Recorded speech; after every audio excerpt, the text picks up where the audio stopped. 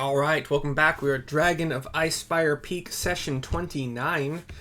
We took a break for personal stuff we had to do last week, and we are back.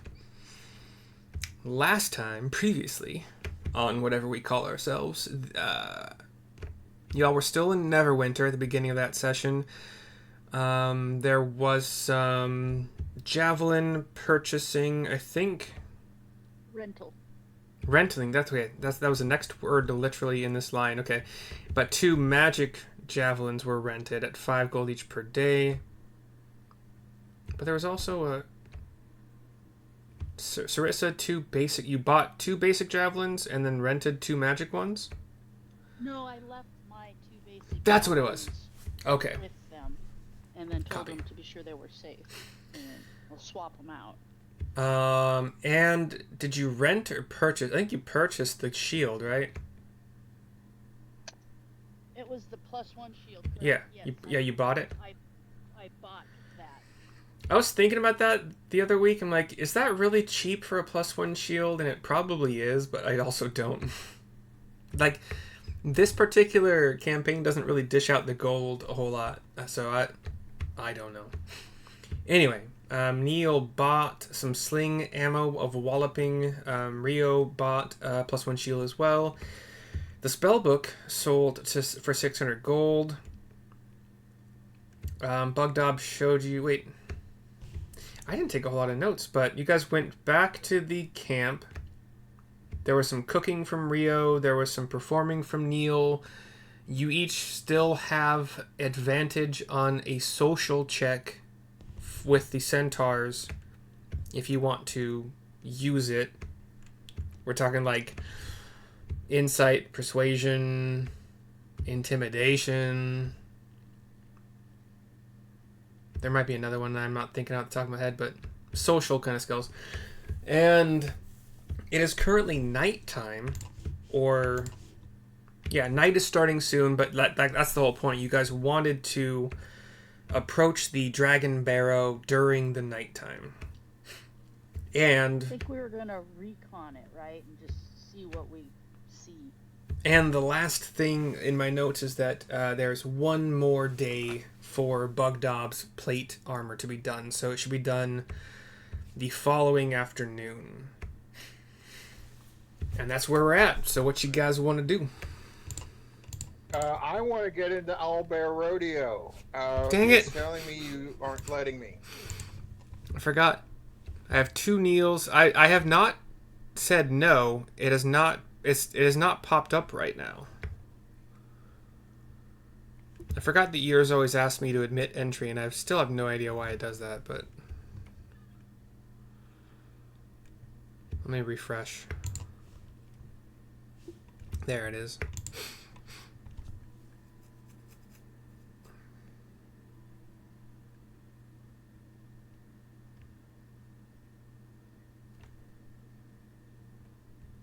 I see it. There we go.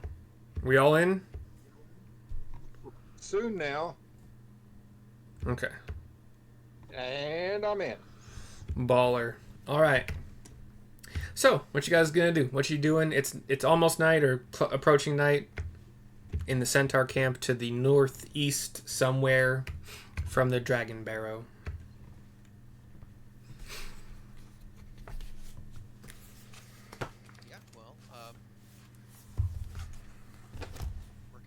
We're gonna go get rid of these ghosts, right?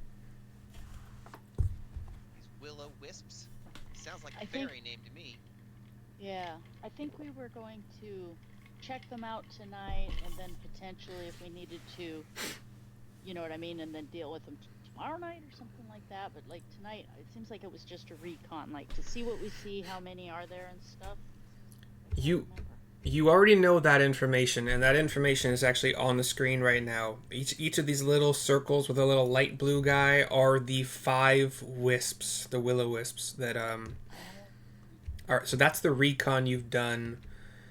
I think you did peek your head out at night. So one by the head, one on each wing, one by his butt, and one on his tail. Yeah, that's Not too bad. pretty much Dragon Anatomy. Are they? Do we know that are they undead?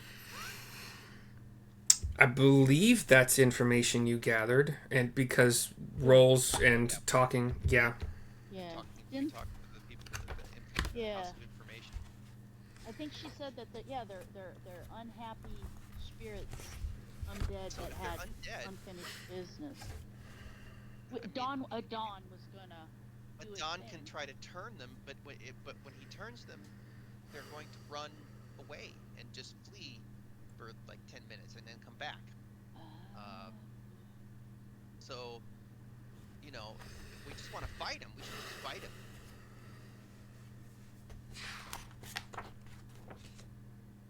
But Adon could certainly help. Extra guy to help. I said a dawn lasts for 10 minutes, right? Or whoever, Yes. whoever you summon, yeah. Somebody lasts for 10 minutes, yeah. Cool.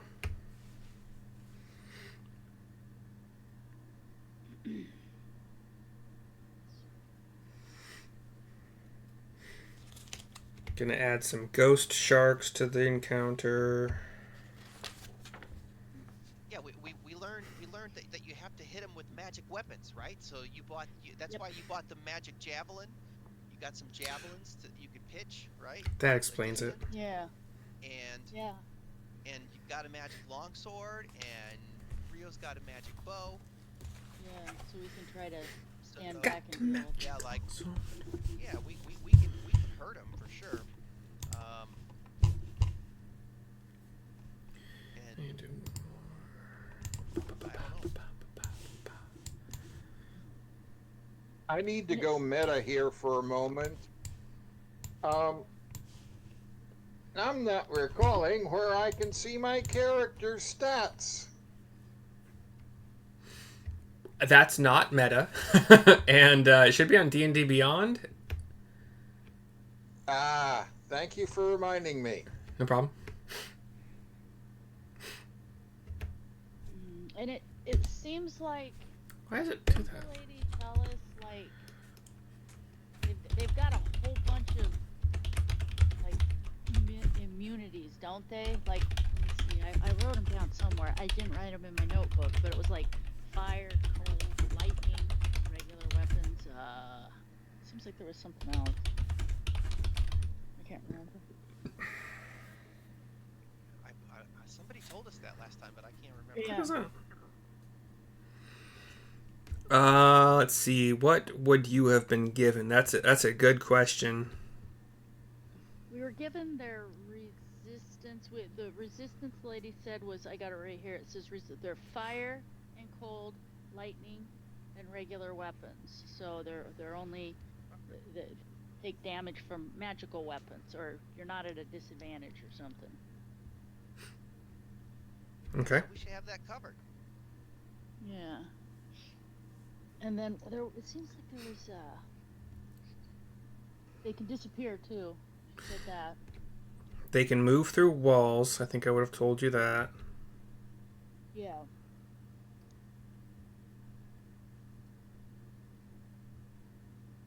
They can choose to shed their light or not. Or make the light shedding a smaller radius. Did I tell you anything about lightning? They're resistant to lightning, like it's one of the things that does They so they are immune to lightning. okay. Immune. So that means if you used a lightning spell on them, it means it would do fuck all if that's the kind of damage it did. 0.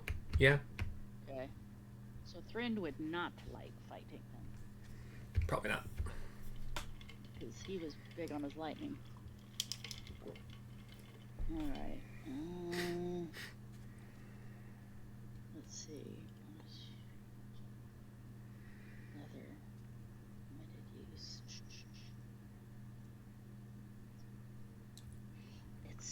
I literally can never find where my divine smite is. I think it's under like class, like features and traits. No, it's okay. Oh, yep, there it is. There it is. but it's like way down. It's like tucked in. It's just Yeah. weird. It's weird it's not more prominent. Yeah. Yeah, considering it's like one of the big things you Does can it- do as a paladin. Does it give you the option to turn to add it to your list of attacks? Nope. Okay. I couldn't remember since Yeah. I played a paladin for so many games. Yeah, no, it's just kind of tucked down in there. It's just like, oh, by the way, you can do this amazing thing. But anyway, Sure. don't worry about it. I always worry. Divine Smite.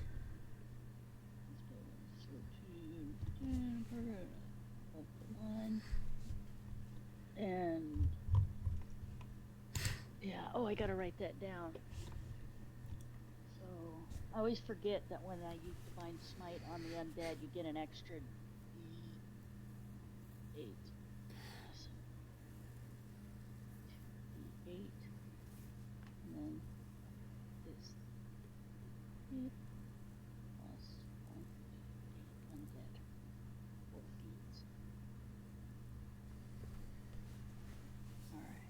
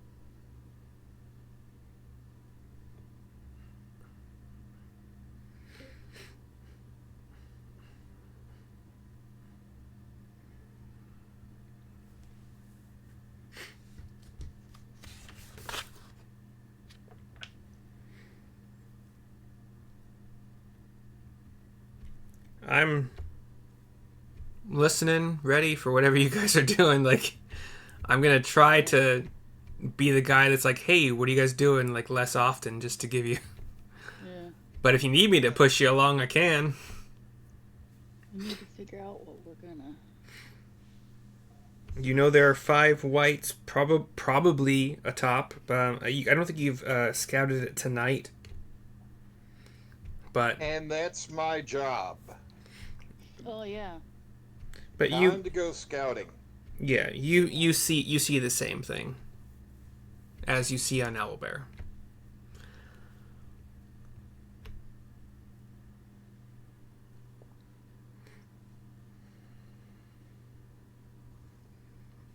But I don't know if these are just misunderstood or evil. So I ask Sarissa, And I can use. whose can't moral compass points much more finely than mine. Yes. So thank you for asking. They are evil. They are not good. They are unhappy undead spirits. Well, then shouldn't we send them on to their ultimate reward? Yes. It seems that the only way we're going to be able to get rid of them is to release them from this plane. Okay, so I figure we can start with the one at the tail end. Yeah. Excellent. Yes, we can take them on one by one. Well, hopefully they might all be attracted to us. I'm sure Dawn might be helpful with this. Yeah, and we could take them on one by one. We could just we could focus our effects on one at a time. Sure, Yes. we could try that. So here's a weird meta question.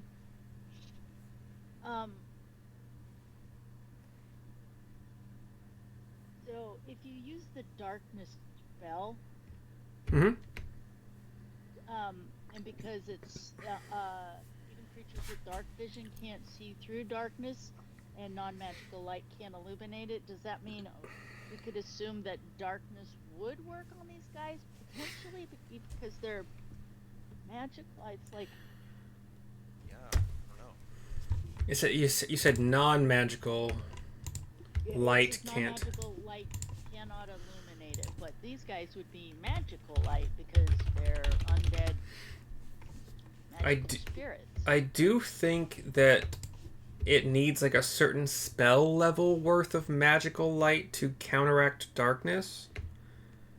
Yeah. But let me check. And then, yeah, because it says even creatures with dark vision, and the thing is So if any of the spell's area overlaps with an area of light created by a spell of second level or lower, the spell that created light is spelled. I'm going to say that the wisps don't have a strong enough light to pierce through the darkness spell.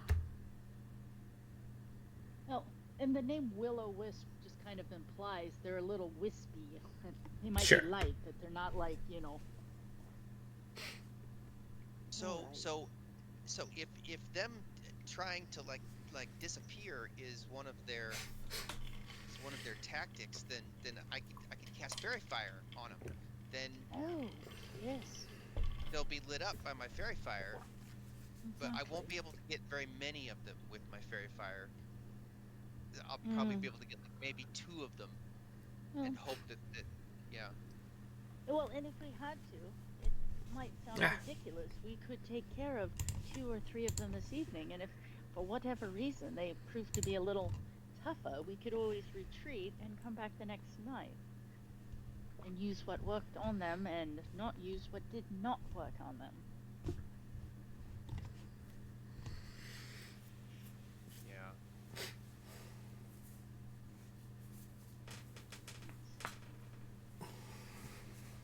So Rio says, let's take out the bottom one. Let's sneak up on and attack the bottom one, and sneak up on them. If we surprise them, we can maybe take that first one out really quick. Yeah, thanks.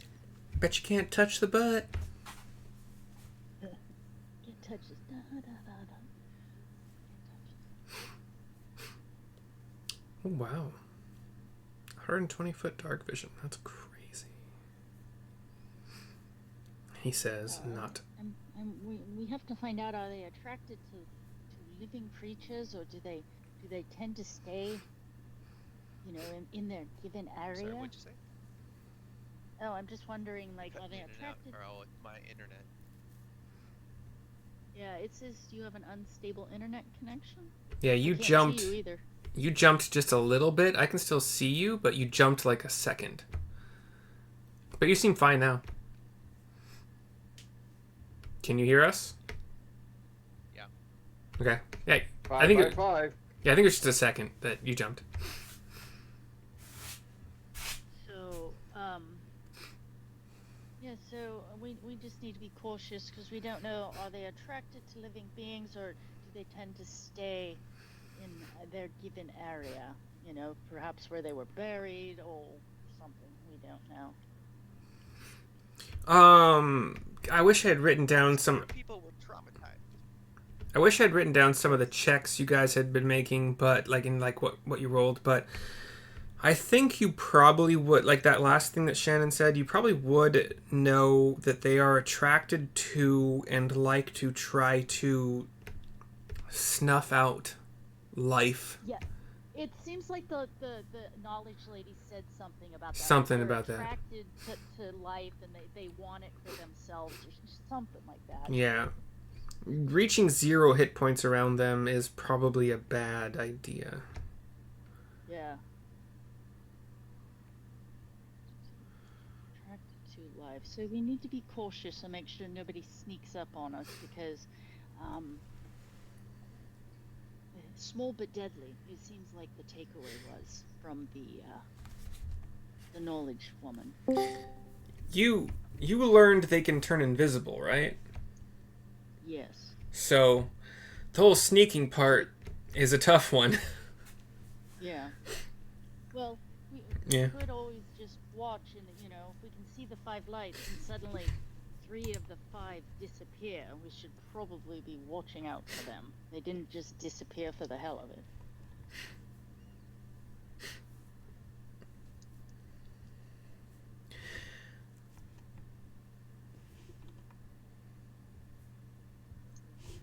Oh shit. I didn't even notice we were in general. We're not in the Sunday group channel. I just followed where Neil popped in. It's all good. I don't mind people joining if they. Sorry. You're fine. No problem to me. Okay. 'Cause we can go to the other one. No, we're good. I didn't even. I just saw Neil in there. And was like, I thought the ping we got would have been Shadows, but it's Axel. I know Axel. He's a good guy. yeah. I assumed it was Shadow. I know. Okay.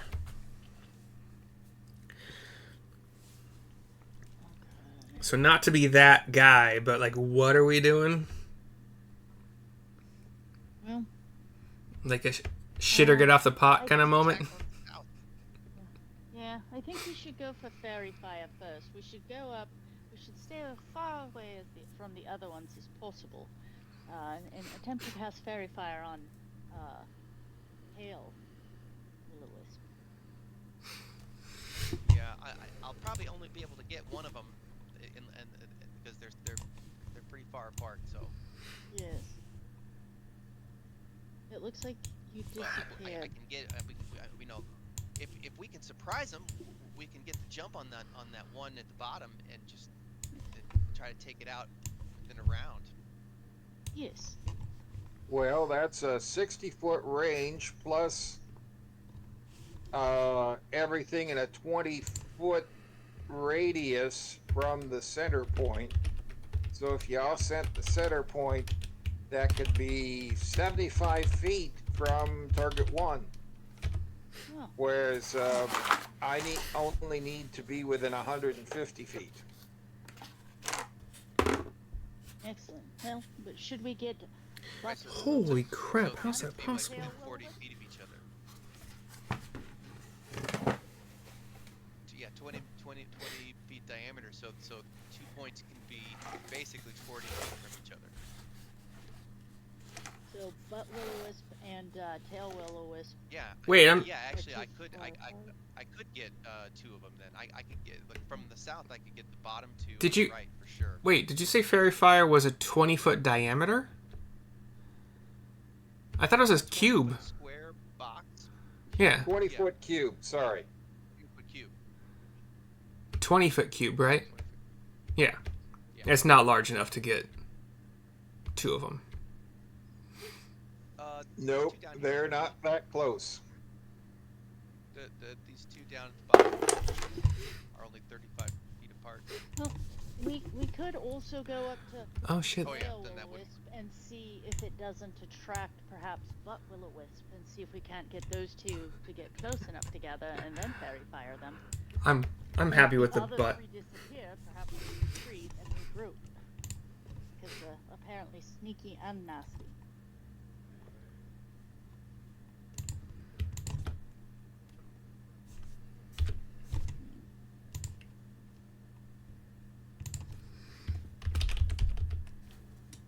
Yeah, well, if we get lucky and I can get a couple of them, then I'll do it when I can get a couple targeted. Yeah. We can start with Tail Will-O-Wisp and see if we can't just take him out, or see how he responds. If he instantly goes invisible, you know, Houston may have a problem.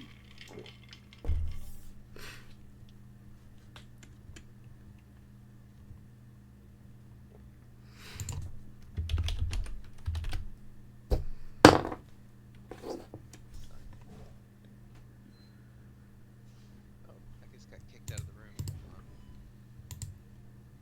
Yeah, it looks like So I think I'll accompany Drissa up to the 75-foot or 70-foot or whatever distance she selects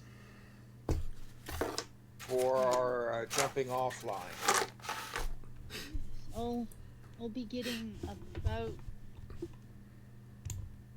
Oh yeah, let's Oh yeah, Neil. We'll wait for you to get back in. If you're Because with still the online. javelin, you have a 30 to 120 foot range, right? And then Yes. anything below that or above that is a disadvantage, or anything above 120, like just is a no go. Anything above 120, yeah, not gonna hit. But anything above 30, between 30 and 120 is disadvantage. Is disadvantage? Yeah, that's what the 30 means. The first in the range thingy.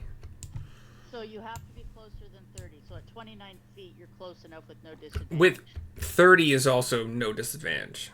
It's over 30. Okay. That yeah. Hold on, I have to. Cause more on. Did we make an Adon token at some point? Does one of you guys have an Adon token? Yeah. Okay. So yeah, when you happen to summon him, go ahead and add it. What I need to know is whenever you guys, you're still planning a lot, and that's fine. It's real time, more or less. Like, it's not making night any more nighty. But when one of you wants to start, let's say, getting within like 60 feet of a will-o-wisp,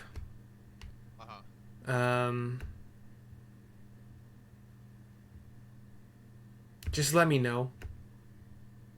Because, and I'm assuming you're gonna try to be stealthy, so we'll have those rolls. Probably, yeah. Yeah.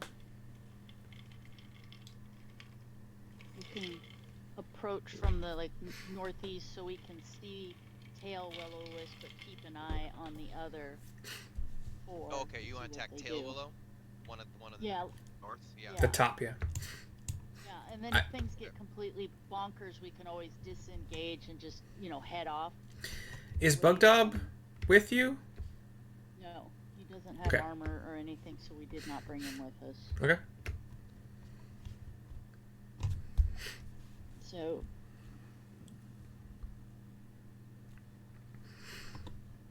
I suppose we could just go up and yeah, so should we just head in from the northeast?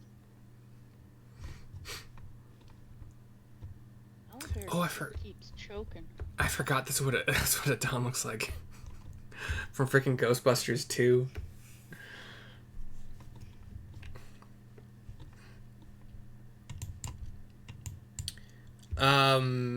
Yeah, I just put your tokens there to put them on the map. You guys aren't within whatever, like 30, like 6 squares. It's just yeah. Come up with a plan, and then when you start to execute it, let me know, and we'll rolls. Did we lose you, Neil? For a minute, I'm back. Yeah, I saw you. It spun out and it moved you. Yeah, I'm having problems. Yeah, so you want to try to sneak up to this point, or within 60 feet of that guy? Yeah. We would have to be back a ways. So don't worry about. Try to stealth. Yeah. We have an edge of the map, but there's more forest. Yeah. We need to keep our eyes too, like 1, 2, 3, 4. I think we should come up with the plan where each of us picks one of the will-o-wisps. We'll just give them a number, and if somebody yells that number out loud, that means that one's disappeared. Just out of the blue, if we're fighting, and let's say I'm watching left wing will-o-wisp, and I just go 2, that means it disappeared. Does that make sense? Everybody's watching one of the other ones while we're going after tail. Or we can have somebody sit back. Maybe we can have one of the centaurs come with us, and we'll just tell him he just needs to watch and let us know if somebody disappears. He can just stay out of the way. Well, what do we do if somebody disappears? I'm not sure what you mean. Well, if all of a sudden he says 3 of the 4 you're not dealing with have disappeared, they didn't just disappear for the the fuck of it. They're obviously, I would assume that. Yeah, if they've gone invisible, it's why? If they're just floating toward us, no big deal. But if you're fighting one, you see them floating towards your position, and then they all go invisible. It does not bode well for us. I would guess, you know. Yeah, let's have a centaur like be our lookout. Yeah, what was They his name join again? us. They Xanth? Xanth said he didn't want anything to do with this. Yeah. I suppose we could have Bug Dob sit. You know, we just need somebody to sit back, not in the combat range, but you know that can yell when they disappear. Or I suppose one of us is very, very aware to just keep track of it. do DMs ever use percentile dice?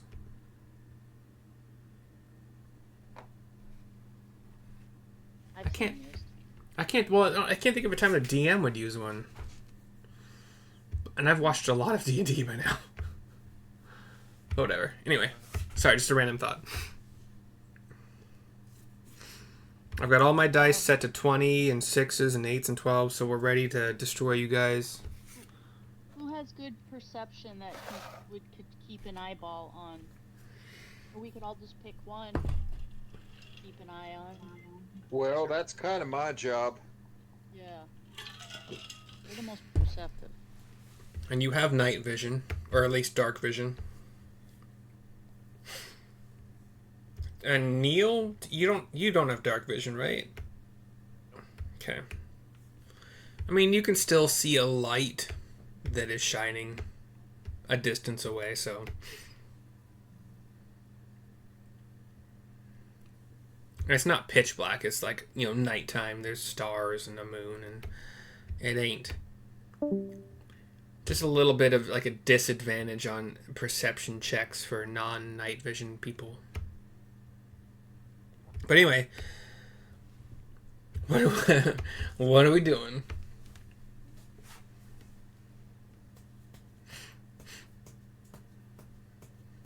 Can't hear you. I was gonna see somebody drop, but I think it was It was Axel. the other guy. Yeah. Okay.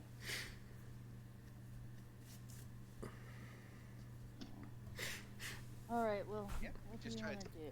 try to sneak up and then Yeah. we'll attack the one at the tail first. Yes. And, Excellent.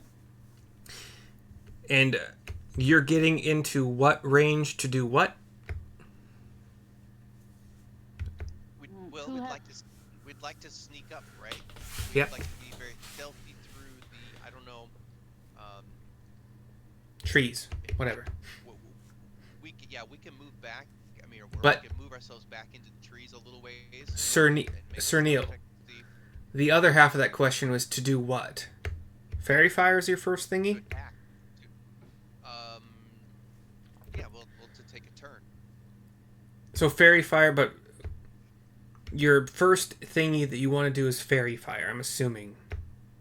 From what? Unless you guys change that plan. Maybe. Oh, we could also maybe we could have Rio try to take one of them with his magic sling just to see what the reaction is. If it starts coming at us, or if they all start coming at us, or if nobody notices.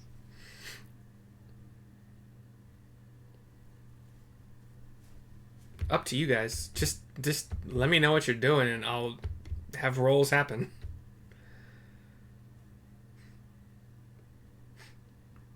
If all you're doing right now is attempting to sneak, then once you're within, like fairy fire was a 60-foot range, the sling is what, a 30-foot range? 20 maybe, actually? The sling is pretty low range. Yeah, I prefer to use my longbow. That gives Yeah. me 150 feet, so that I can respond to any Okay. target. So you're staying, but your dark vision is 60? Yeah, so 60 feet is a lot better than 30. Yes. And my longbow is +1. Yes, but you, beyond 60 feet, you would be attacking at disadvantage. Right. Just FYI. Better than 30 feet True. disadvantage at 31 feet. For sure. So what are we doing, guys? Well, I mean, I suggest Fairy Fire on the closest target. Right. Well, if we're being stealthy, don't we make a stealth check, and then if we win, we get a surprise round of everybody takes a turn, and we roll initiative, and then we take turns. Well, yes. Better yet, instead of Fairy Fire right off the bat, Fairy Fire only when they respond. With a +1 bow and my superior dex, I can probably take him out with 2 arrows without Fairy Fire is what I'm thinking. Right. So if I can do some damage right off the bat, then like we'll just try to knock him out. Yeah. So I might not do Fairy Fire.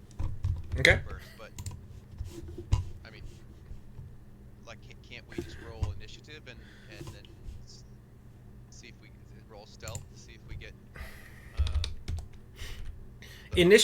Initiative happens when somebody takes a hostile action towards somebody else. That has not happened yet. You guys have not told me what one of you is doing that is. We're trying to ambush. We're trying to ambush them. So yeah. We're surprise stealthing. round. Okay, but what is the catalyst of who? Are you all trying to attack simultaneously? I'd like to suggest something a little different. Let me. Everybody else hold your action until another target notices. Once targets 2, 3, 4, etc. respond, then whip out the Fairy Fire. But try to take out target 1 stealthily with a bow. I like it. So yes, so yeah, let's get back in the forest a little bit. I think you guys are too close there. Let's move back to see where Neil is. I would put us back in the bushes. Yeah. Back there, sneaking up through the forest, and then Rio can try to use his bow from there. So are we going left to right? So the one on the wing over here, is this like 1, the one on the head's 2, the one on the other head's 3, and then the one at the butt's 4? They're numbered. They actually have They are numbered. I just rolled for their numbers a while ago. Yeah, so if you zoom in, they've got numbers on them. They're not quite in the configuration that you would think, but they're there. Yeah. Can we mentally reorganize them? That the one on the wing over here is number 1, going across. The one at the head is 2. The one on the other wing is 3. The guy at the butt's 4, and the guy at the tail's 5. For you guys?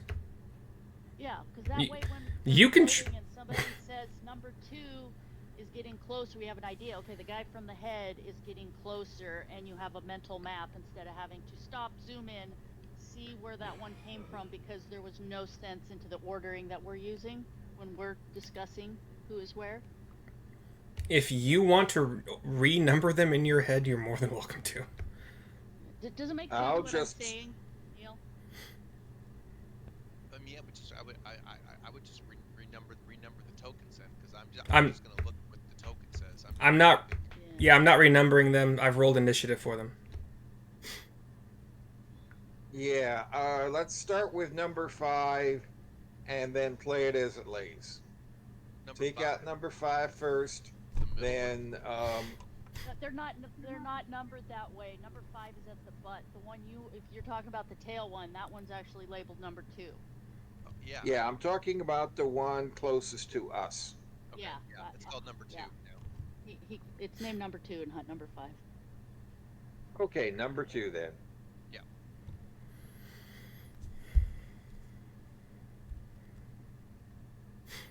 So I'll try to take him out with a bow. If I do not succeed with the first attack, then in the surprise round, then whip out the fairy fire. If I do succeed in taking him out without notifying, without alerting the rest of them, then we roll on to the one on the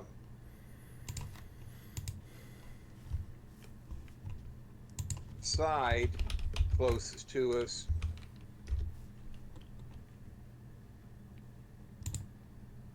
On the wing. Number 3. Yeah, number 3. Is it this one? Yeah. Red X? Okay. That's the second target. Okay. My idea is not to get caught between two enemies. Okay. And let me know. They're gonna start coming towards us, so yeah, we don't have to go far. Let me know when you are summoning Adon. I'm going to assume he's not summoned yet. Okay. I mean, we're gonna summon him right before we start taking action. Well, Okay. you know, maybe we'll discuss the plan with him for a minute. Okay. I would say. We'd at least He's we'd at least, controlled you know, by you, so you don't really have to Yeah, discuss. I know, but still, like, you know, in the game, like we would have to fill Adon in, and you know, it might take. No, in the game you wouldn't, because he's controlled by you. He's like a summon. He doesn't have any independent he does not remember will of his being own.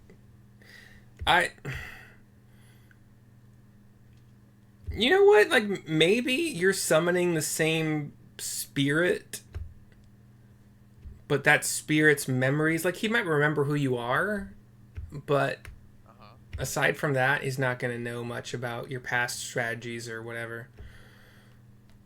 Gotcha. And make sure he's So as level long 6. So as long as Yeah, he you is. know it, he knows it then. You know, it sounds like. Sounds like He's fair Yeah, enough. it's good. yeah, sure. Ow. Yeah, so we'll summon him. You know, we'll get him.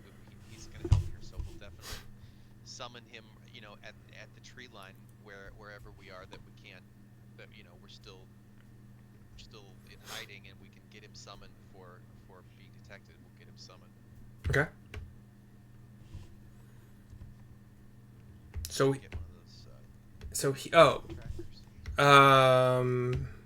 I don't have one of those things saved. You're the one that always puts it up, so Yeah, put one up just in case. yeah, put it wherever you want.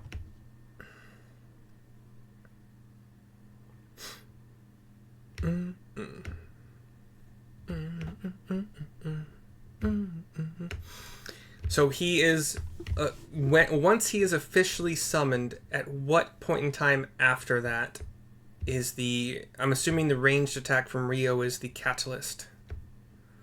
Yes. Okay. Yes. We're all holding actions, and he's attacking with the bow. Okay. Yep, that's X Day. Yeah. It's like that one guy in the Lord of the Rings at Helm's Deep. You know how he lets the arrow go and it goes right through the orc's face, and all of a sudden it gets real quiet. Everybody's like, "Oh shit! Mm-hmm. I guess we're going." Yes. Well, I hope it goes that well. Right? Yeah. And that's saying something, because that fight did not go well. Fuck that Helm's Deep, morons. There And weren't a lot even elves there. A lot of people as well. Irritated me. The book didn't have. Oh yeah, the elves didn't show up. They showed up with The elves Gandalf. Yeah, the elves were busy doing. You know, they were dealing with skirmishes everywhere. So, Yeah. You know, they apparently what happened is they originally had Arwen there fighting because they needed to get her more in the story, and they realized it just really messed it up. So, but they had already shot the footage of the elves showing up with Arwen, so they kind of had to reshoot it where they were there to, you know what I mean? Like, Mhm. they had to give another reason for them to be there. Sure. Because you can still see her in some of the footage. She had a red cloak on, and you're like, hey, she's running up the stairs, but she's not there. So Adon is summoned. He's like, "Hail, friends! Oh, hello, Adon. What are we doing this time?" Oh, Hello, we're Adon. killing We got undead. we got some undead. Get some My undead to help. my specialty. Oh yes. It's always the undead with us, isn't it, Adon? It seems to be your specialty. Yes. And then after Adon is summoned, about how many 6-second rounds do you think it's going to take before the attack happens? Sarissa's, as soon as that arrow is let to, Sarissa's gonna fire up her shield of faith. Okay.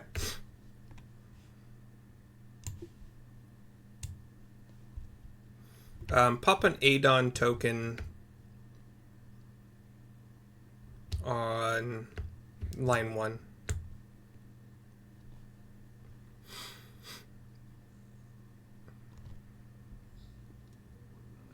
Because I think they're both 10. Yeah, they're both 10 minutes.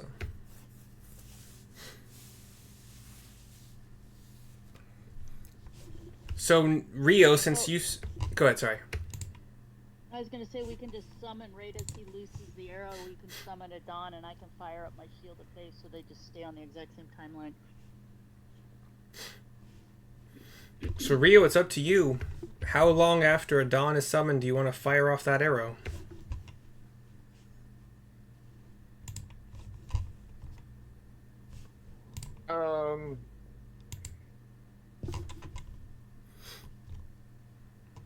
As soon as I feel that Adon's fully materialized and is briefed on the plan. Oh, he has not yet. It'd be as simple as Yeah. get him. Take out. Yeah. Well, he's being controlled by you guys. So again, the briefing and you just tell him what to do. Yeah. So that's 1 6-second round. Fine, works for me. And I'll be using favored foe Okay. on number 2 as well as sneak attack. Oh. Hold on. Sneak attack requires they don't know you're there. Mm-hmm. Okay, then give me a stealth check.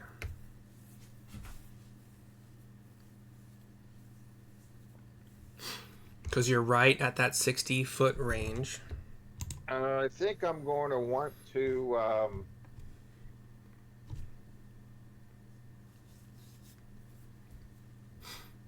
use inspiration on that. Don't rangers have a thing where they can, like, if they're stationary, they can make themselves blend in with the terrain thing? Yeah, remember we did that at that one house with those orcs that were chasing us everywhere? Like, remember he was out in the trees and he stood real still and, like, blended in?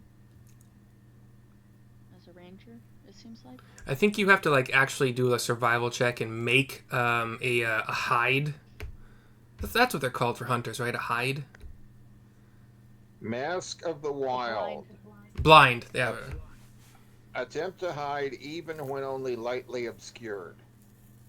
I thought there was more than that, but okay. But yeah, stealth check. We use inspiration as luck, so you don't have to call it unless you don't like the first roll. I don't like a roll of 12. I don't see a roll. Oh, there it is. Okay, up to you.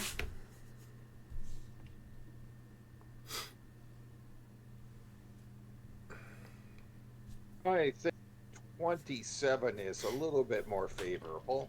The first roll was 12, in case anybody is listening and not watching. 27, yeah, you feel pretty confident, and you do, in fact, have advantage on this attack roll. Yes, because your dark vision makes dim light regular light, so no disadvantage, and you... Yeah. So sneak attack, advantage on your attack. Give it to him. And here's arrow number 1. And favorite foe, obviously.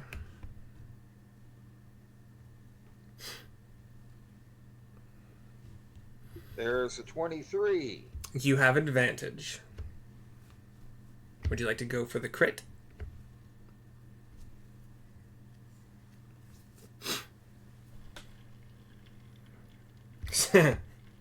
And another 23. All right, it hits. And you have a magical bow, I think, right? That's right. Okay. So there's 7 points of damage. Now let me mix in the favored foe and the sneak Yes, please. attack damage. Yes, please and please.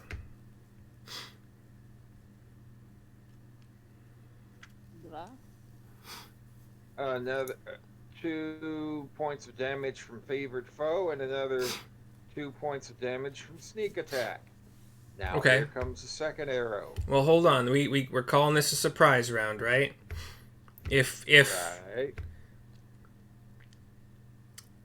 What is the range of what Neil and Sarissa both want to do, or is one of you hanging back because you think you would spook these guys? Hanging back. I would Okay. guess. You're like just behind Rio, Yeah. okay? And Adon is 'Cause we like got next to 30 you. feet of movement. Yeah.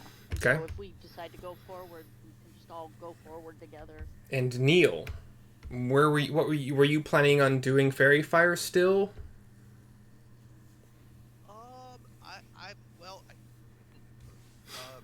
Rio wanted to, like, see if he could just take this guy out without engaging all the others yet. So Okay.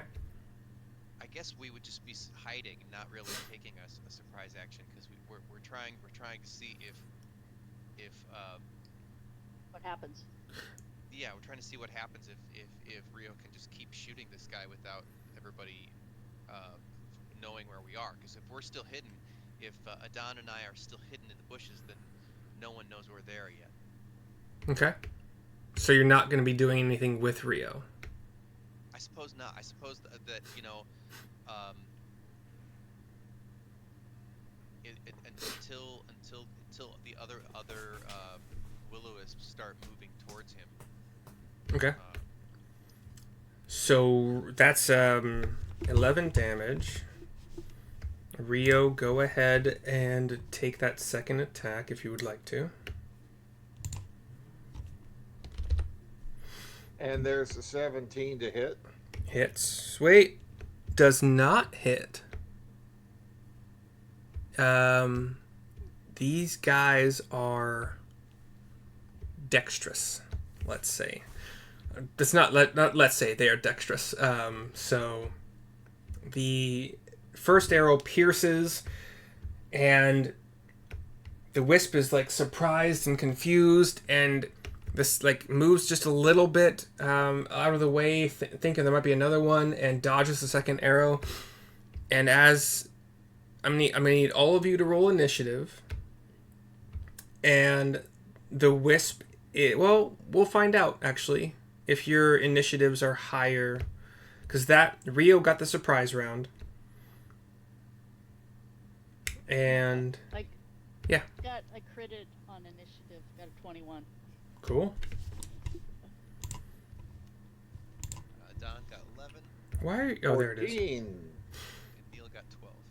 21, 11, 14.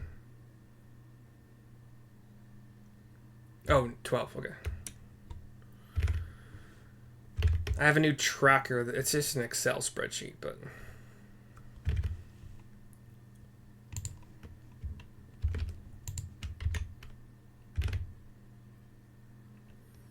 Sorry, Neil was 12 and Adon... Okay, yeah.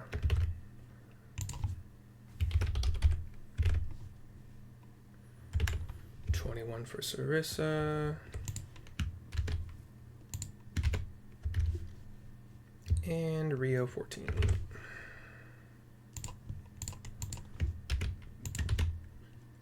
All right. So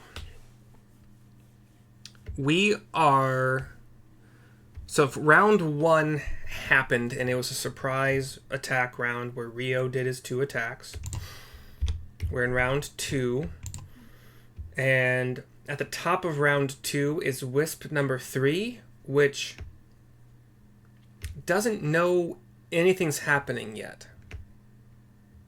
So it ain't doing anything. Sarissa, you are up next. Alright. Sarissa will. Let's see. I'm 30 feet away. Sarissa will chuck her. Well, one of her +1 javelin at. You're not 30 feet. Remember, this is a weird thing we're doing where Neil was staying at 60 feet. Sorry, not Neil. Rio was staying at 60 feet because that's the edge of his range of vision. So if you would... Sarissa will move up yeah. to the 30-foot mark where I am. Okay. Chuck it. And you have dark vision, right? Yes. Okay. Yeah, just a regular ranged attack then. Let's see. That wasn't very good. So 14.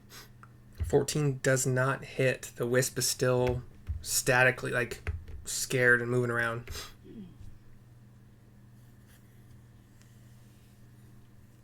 But it goes past him, like, let's say another 10 to 20 feet. So if you want to pick it up on the way somewhere, just kind of, we'll mark that somewhere.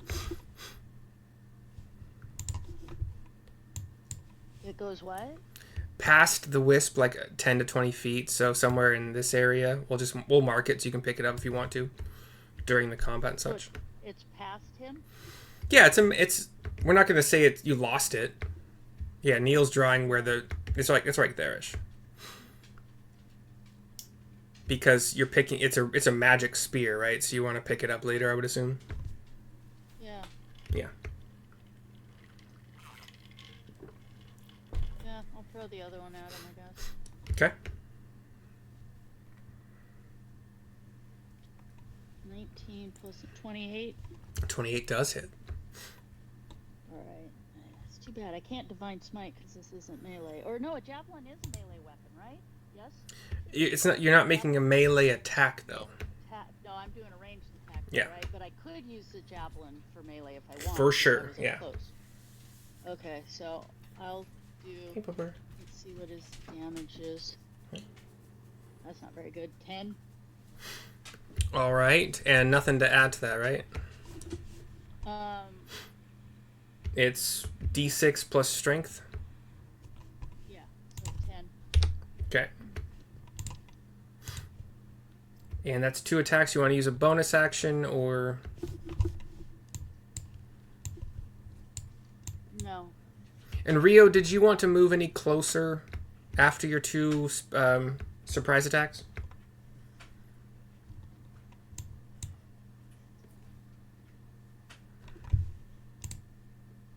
Does it... Can we even tell if these things are fucked up? Like...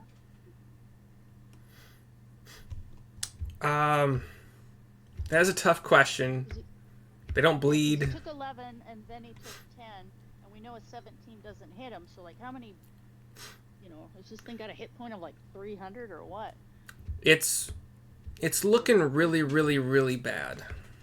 Like... It's kind of dim and flickery. Like bad. Yeah, like it's having a lot of trouble keeping the light on. It's not a bar I've ever been to. Sweet.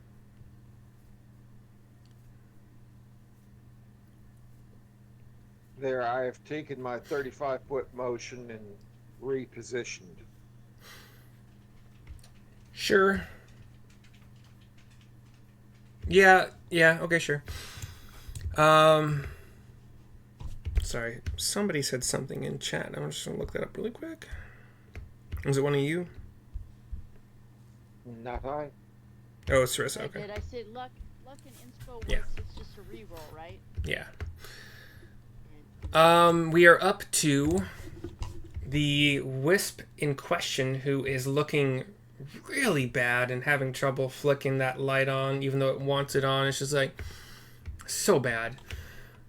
And it lets out a a scream of pain finally, because I have determined that, honestly, like, when something gets hit, you would think that it could cry out at that point in time during the hit. And it really probably wouldn't affect anything in the long run if it did that, although it might. But on its turn, it lets out this cry of pain and alarm, and it phases through the ground and is no longer in your field of vision.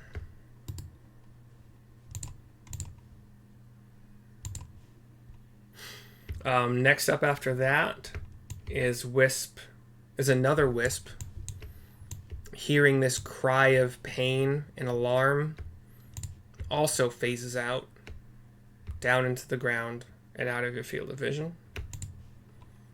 If you could see it in the first place. Next. Which one did you say that? I didn't. The bottom left wing guy. The bottom left. The guy in the Bottom left wing. Yep. Next is another wisp that hears the cry of alarm and pain and phases into the ground and out of your field of vision. Next again, where's the ground? Like moves it, like we see it descend into the ground. Yes. Well, if you can see it, yes, you do see that.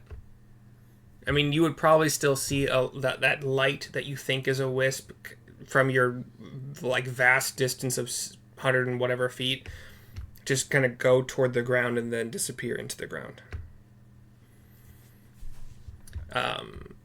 Yet another wisp toward the head. I suppose I could have said where they are when they're... So yet another wisp at the head of the dragon. If you can see it, given like the angle of the hill, you might not be able to see this one, but if you could, it disappears into the ground. And Rio, you're up.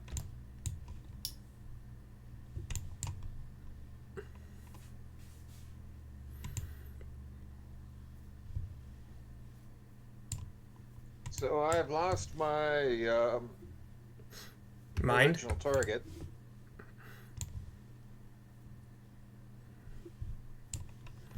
I would say from your range, you could probably still see this wisp on the... from the dragon's perspective, it would be the left wing, but it is the right side of the screen. So. I can see number 3. Number 3, sure. yeah. So I'll shift my target. Meaning just you're going to attack another target, or you are using a favored foe or something like that? I'll move my favored foe and shoot this one. Can you move your favored foe? Yes. How many I have times? 4 favorite foes. Gotcha.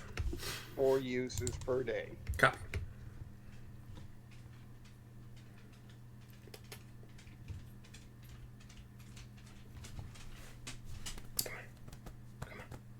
Come on. 14 is a miss. You're attacking from the range you're at right now? Yeah.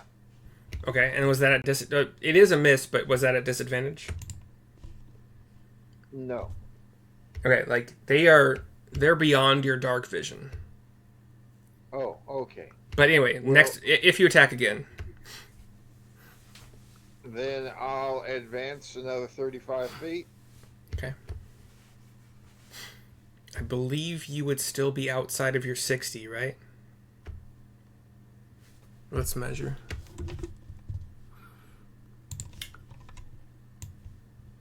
This is 60. I don't think you can reach it to here, right? No, I couldn't shoot. I wouldn't be able to target number 3. So instead, I'll make a double move. No, a single. Hang on just a second. Yeah. This is a tricky encounter. Take your time.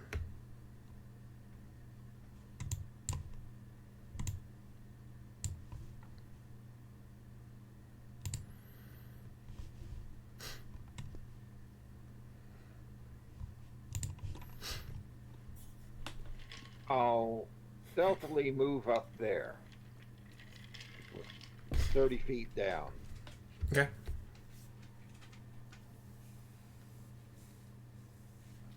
Is that did you do you want to take back that arrow you shot?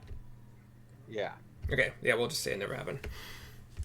Neil, Yeah. you're up. And, Unless, yeah, go ahead. 14 Sorry. Stealth. Okay.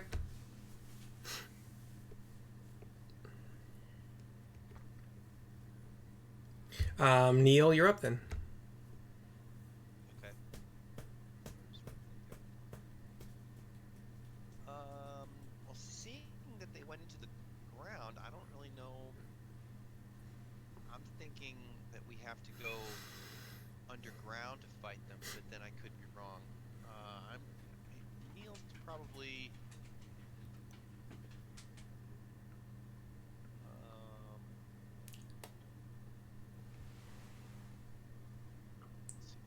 Too much point of stealth too much anymore, but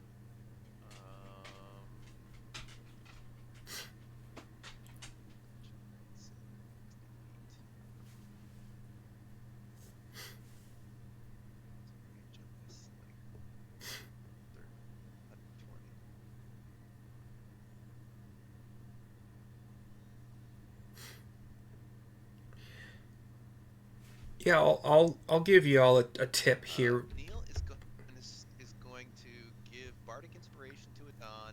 That's my bonus action, and then he is going to stay hidden for the moment. Okay. Adon's turn. Did you hear that? I'm frozen. I can hear you.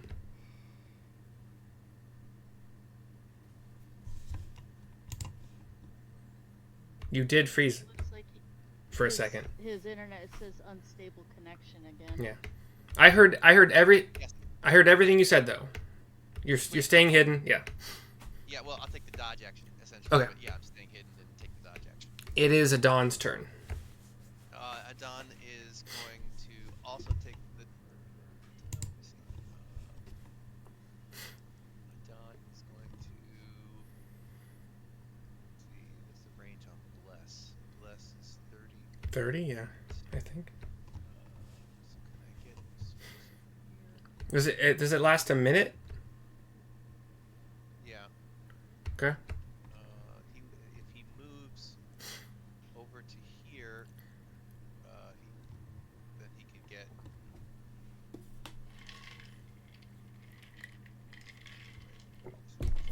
Range 30 foot. Let's see, where's it on? If I can get see where if I can get all three of us, that's what he needs. Walk up. We'll allow it. Okay, yeah, he'll walk up so that he's within range, 30 feet range of everybody, and cast Bless. Do you want to have it at second level so he can hit himself as well, or just?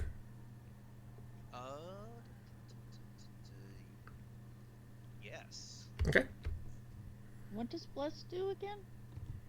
Gives us all a 1d4 to add to stuff. Attacks and Okay. saving throws. 1d4 attack and saving. Okay. Hmm.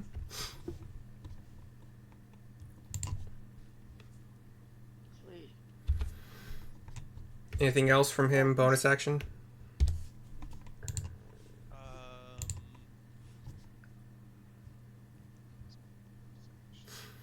Considering 17 didn't hit, we probably could use the Bless.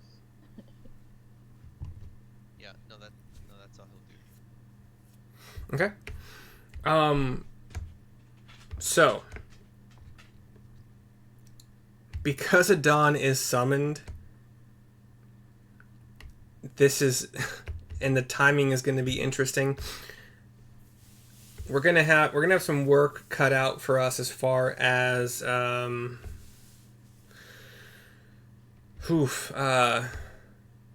Shield of Faith, Adon Summon, Bless. Like, this is gonna be fun. But I'm keeping track of the rounds. We're at the top of round 3, and as round 3 starts, anybody who's still looking in this direction would see the last wisp sink into the ground. I'm going to use the restroom. We're going to track conversations, movement, round by round. It's going to be tedious, but this is how I've done it for other things in the past that you guys actually were not part of because it was like the first couple games. But you do have some free time right now to discuss what you're doing. It's not going to be in round tracking while I use the restroom. So, I'll be right back. I think we're gonna have to chase these guys underground. These are the people who came to kill the dragon, and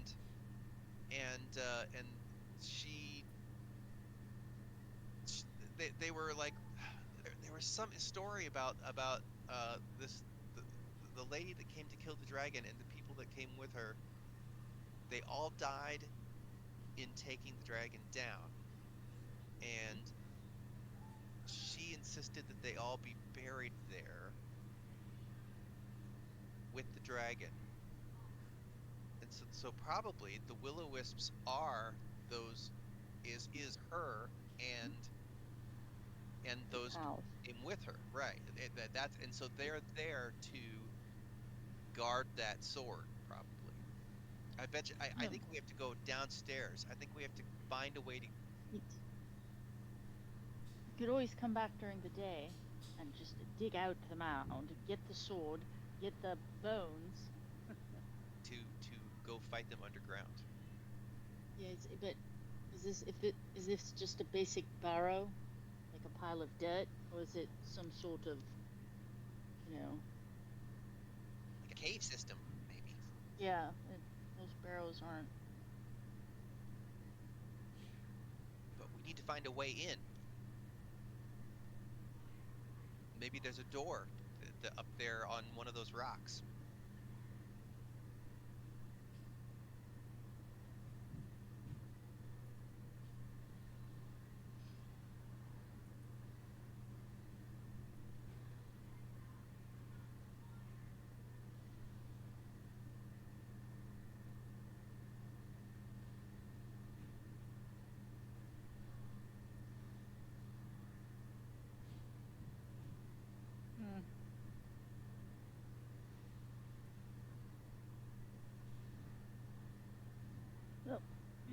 It probably depends on if this is a barrow or if this is a tumulus, depending on, if it's just a standard barrow and it's a pile of dirt, there will be no chambers. But if it's more like a Celtic tumulus, then there would be chambers in it, more like a pyramid.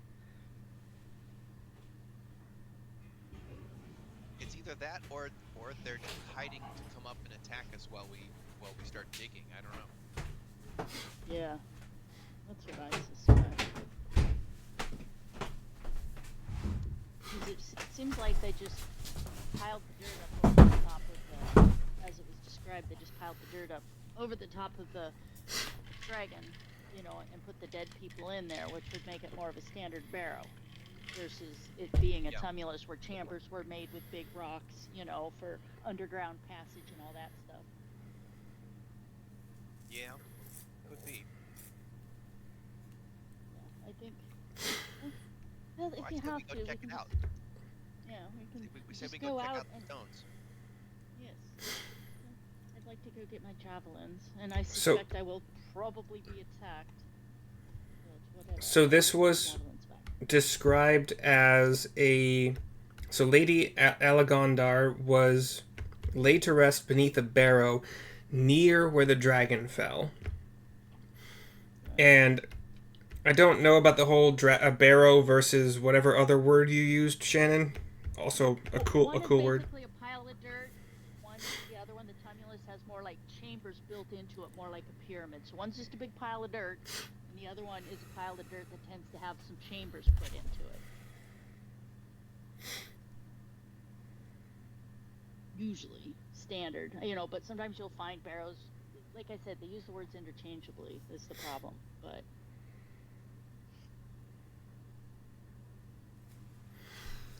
Today I learned that barrow was also a short word for wheelbarrow. Yeah. Interesting. Yeah. So in archaeology, basically, in general, when you hear barrow, it's a pile of dirt. You know, Yeah. sometimes there'll be a body in the middle, and then around it cremations will be put. But then when you hear tumulus, especially when you're thinking of like Celtic and stuff, that could be a barrow, but there are chambers built into it.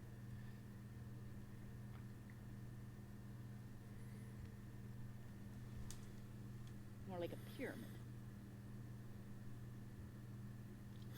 I think this is one of those spots in the book where they failed a little bit.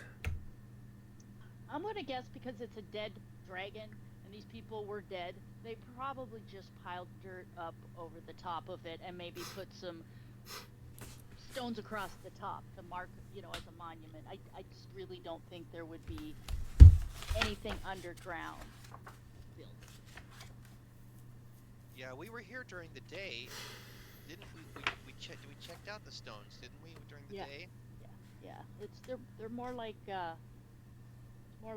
Stonehenge. You know, they're just erect stones. Were they monuments? Were they like gravestones for these people? No, they were just stones. But Okay, so They look like gravestones almost. 1, 2, 3, 4, 5, 6, 7 of them.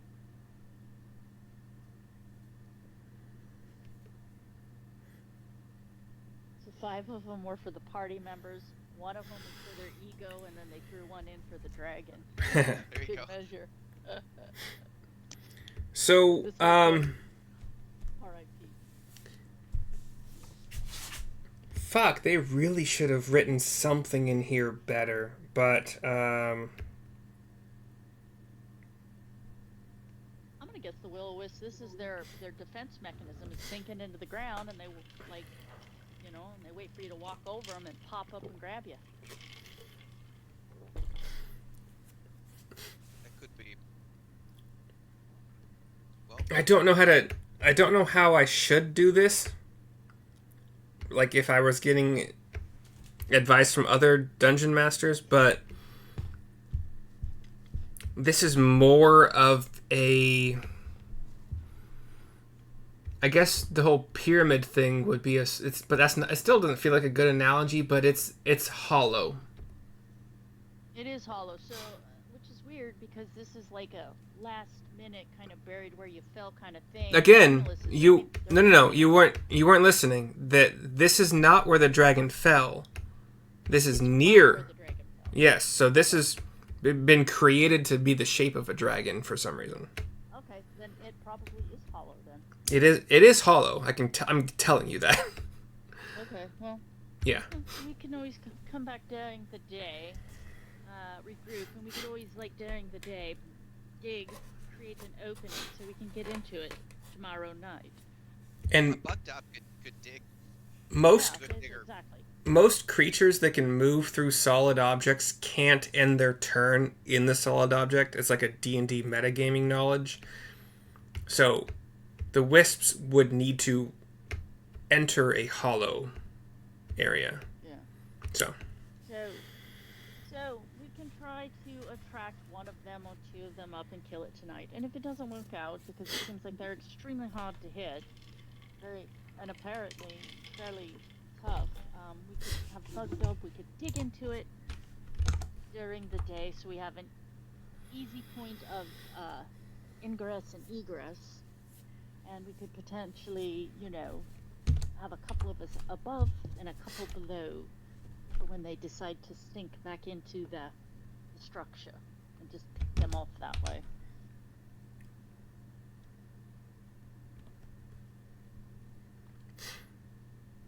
Do we have any dynamite? Just blow a hole in the side of the thing? as far as I know, none of you have purchased any dynamite. Rio? Used all mine fishing. Alas, I do not carry dynamite. Well, I'm going to, what I'll do is keep an eye open, because I'm just going to walk up on top of the mound to grab, if somebody would like to come with me, I suspect I will be ambushed. If somebody would like to come with me, I'd like to go get my javelin now. Yep, I'll go with you. I'll go with you. Alright. We'll stay together. All right, let's do that. So let's say we all just Well- kind of, because Okay. my one javelin's here. I want to get that, and then I don't mind popping down towards the other side if nothing attacks me to get the second one, and then we can see what happens. Does anybody show up? Are you guys at all planning on keeping initiative and spending time tonight to like try to find a way in, or Let's see what happens when. Let's just let me walk and get with everybody, and I'll get my 2 javelins, and we'll see if anything changes. If anybody comes up, if anything happens, and then we can plan from there real quick. well, things happening might depend on time taken. So, if you're just Alright, gonna well, quickly grab your javelin and get out of there, then nothing happens. Okay, so I'll grab both of my javelins and then happen up over the tail end. I suppose we could walk kind of slowly across the top, just to see if we, like trolling. Do we want to do that? Sure. Alright. So, say that we go up on top, and in fact, I'll say, you guys stay right there where I pick up the first javelin, and I'll walk down to the other side to grab the second javelin. And then I'll slowly walk back up to where they are. And does anything happen in that time?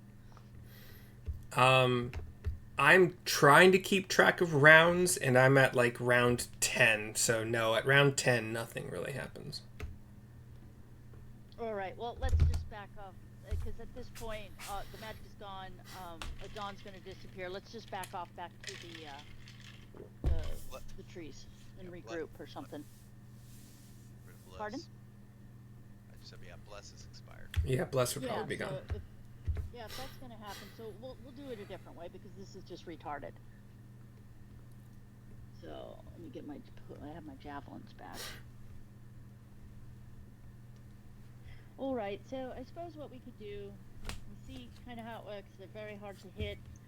We know that at X amount they look bad, but they don't die. So I suppose we could come back tomorrow morning and dig a hole so we can have a way to get inside and, I don't know, plan from there.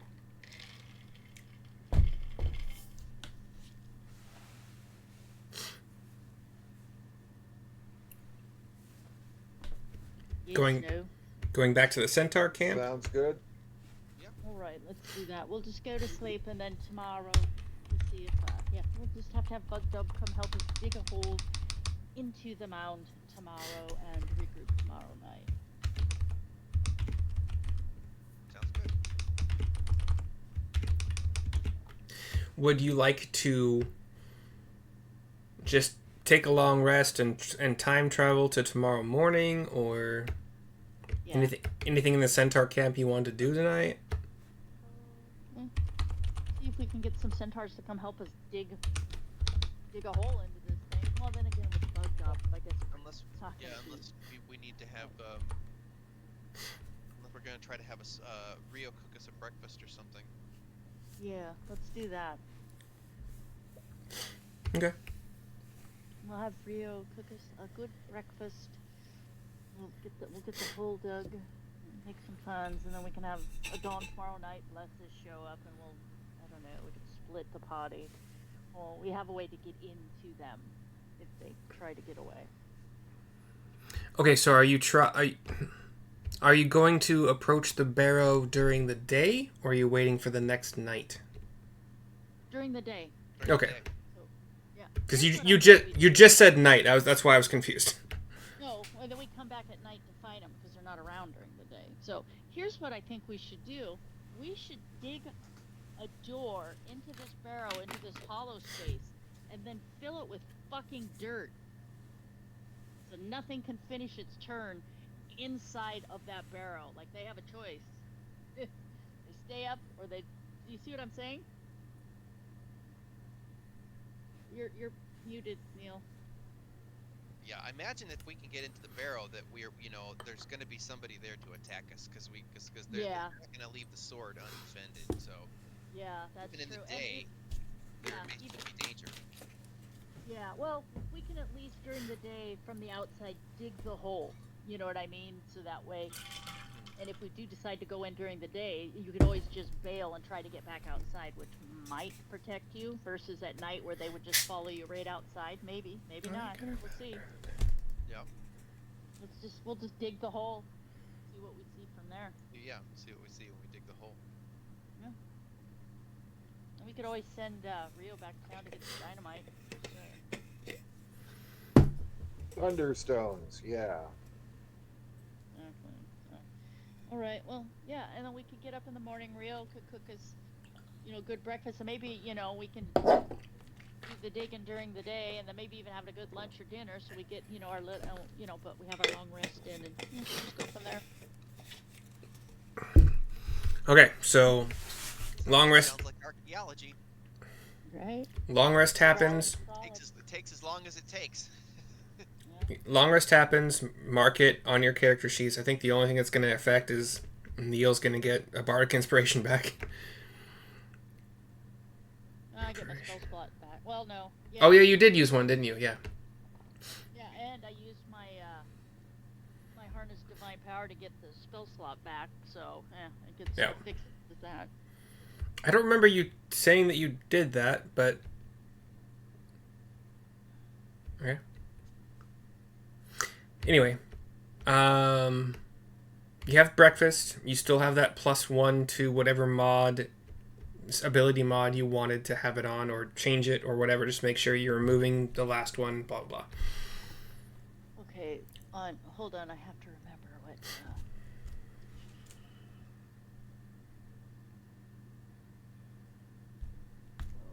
Strength. Oops. Sorry. I accidentally rolled strength. I didn't mean to do that. It's fine. Okay, that's strength. Constitution is the one I'm looking for, so.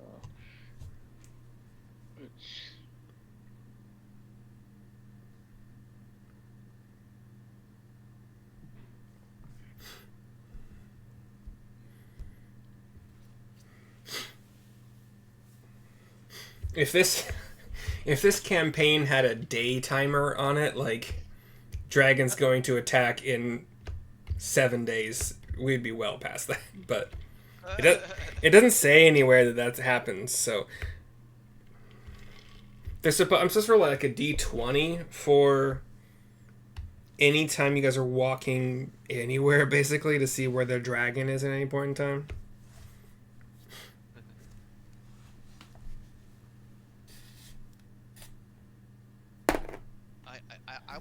I want to keep a clock running outside of combat. So like all time outside of combat is like takes real time, unless we decide otherwise, like we're traveling or whatever. Time just passes just like normal. That would be the longest freaking campaign in the entire world. That'd be so hard to choose to fast forward. But yeah. And honestly, I've looked up ways to make traveling more interesting, but in such a small area, like you guys aren't traveling weeks to get to another location. It's just like a day maybe. So yeah, encounter tables aren't really all that interesting. Can't be. Yeah, and there were like encounters don't have to be wolves or bandits or whatever. They can be a traveling merchant. They can be a pet salesman. They can be whatever. They can be a wizard who's down on his luck. I will offer you. Fix my constitution score for whatever reason. I was messing around with it, and now it's stuck where it's got this override score of 1, and it won't let me remove this override score. Like it just will not let me fucking remove it. I don't know. Oh no! You did the mess around.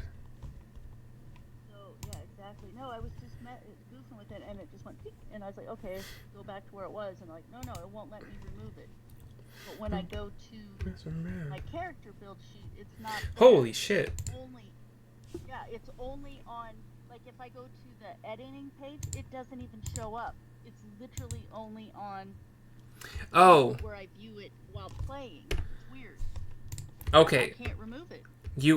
So override score is overriding the actual Constitution score. Oh, I understand what it does. The point is it will let me tack up and that as an override score, but it won't let me zero it out and go back to where it was originally. It will not. And so if I can override it and go back where I was, but it will always be an override score and won't acknowledge anything else. I do. It let me do it, so.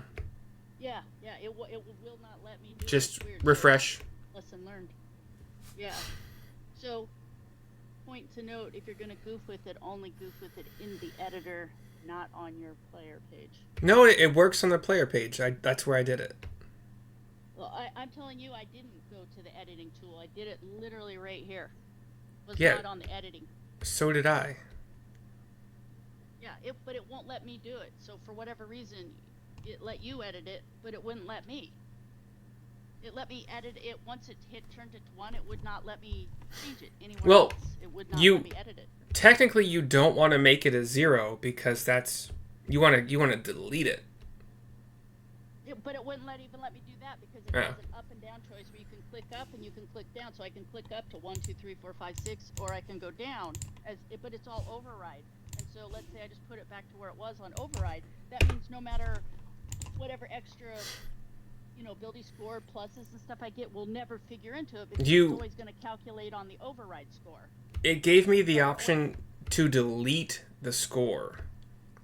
Yeah, it didn't give me that. It gave me the option I could click up. I think it's because you're on a pad, not necessarily because it's like a character sheet bad thing. No, I'm on a computer. So you should be able to click the score and delete it.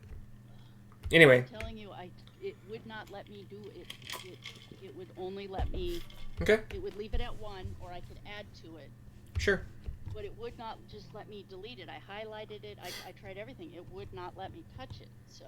Okay. For whatever reason. You're back to 14 if you refresh. So.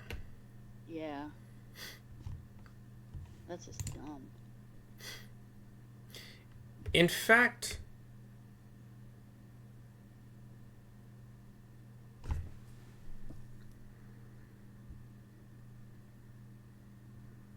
Why does your strength have an override score at 20 also?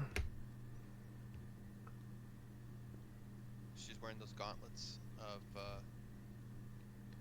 score is ogre strength. But that shouldn't show up in the override score. And those only make you 19. Yeah, I never touched that. This was the first time I'd ever messed with it, and that's how come I didn't know what to do. So, no, I know I have the gauntlets on.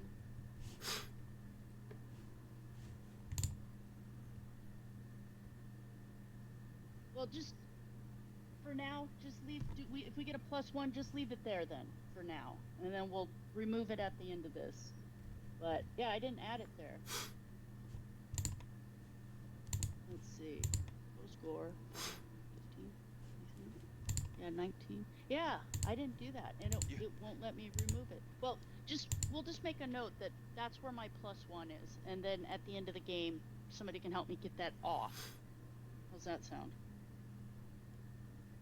Strength. I've removed +1 there. I've removed the override. Well, yeah, the override. Those are things that somebody has to manually go in and type in. It's not something that an item will override for you. It's just.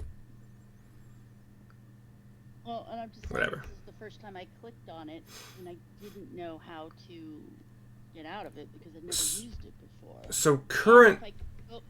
If I go to the editor, like when I click the anvil, it doesn't show there.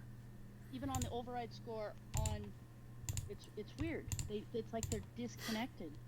So currently, you have a. That's kind of confusing. Oh, no, it's not. Okay. If you go into the anvil to change it on the editing page, like I have this. When I went back to the player sheet, which we use, the where we're doing our rolls and stuff from, they were showing two different things. It was like they're completely disconnected, and I had refreshed and everything. So when I was having problems with Constitution, that override score and everything did not show up in the anvil part, but it kept showing up on player page. And then when you pointed that thing out for the strength thing, I went into the anvil part, and it wasn't showing there. I'm not kidding. It's like they're two separate things, even though there's space for override there. I don't know. So what I think is when you built your character, it seems that you put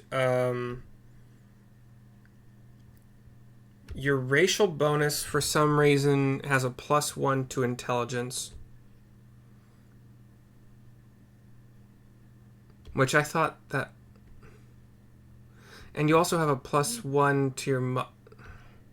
I'm so confused now. Did you take a trait or I didn't roll up my character either. I just used I rolled. Let me finish my question. Did you take a feat that would add +1 to your intelligence? It seems like there was something like that. It might have given you like more spells. Something like that. It just seems like because I didn't. It just seems like there was a feat, and I know I got a little smarter because back. It seems like when we started, my intelligence went up by 1. That makes sense. Hold on. You currently have no feats chosen, so it wasn't that. I don't know then. No idea.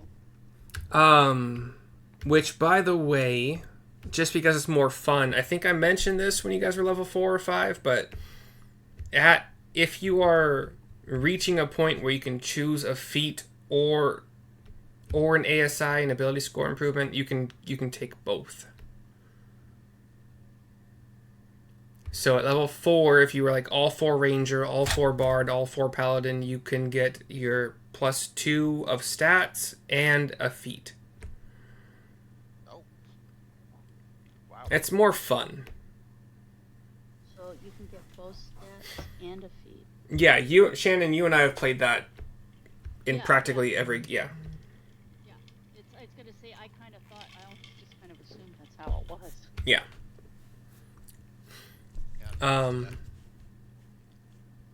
The intelligence shit. I nat 20 to your intelligence just now. The intelligence. I don't know how you have a +1 racial. I don't see that in the tiefling race. As tiefling has dark vision, hellish resistance, and infernal legacy. But whatever, I don't really care a whole lot. Instead of a 9, you have a 10. Like whatever. I'm still a +0. Yeah. That's fine. I don't really give a shit. I'm still curious how it happened, but I don't give a shit. And then you put your other two. Today's the first time I've ever missed with those numbers. Literally, yeah. I put in the numbers I'd rolled, and I chose tiefling and paladin, blah blah blah, and it gave me what it gave me, and I've not fucked with it since. So there we are. All right, so.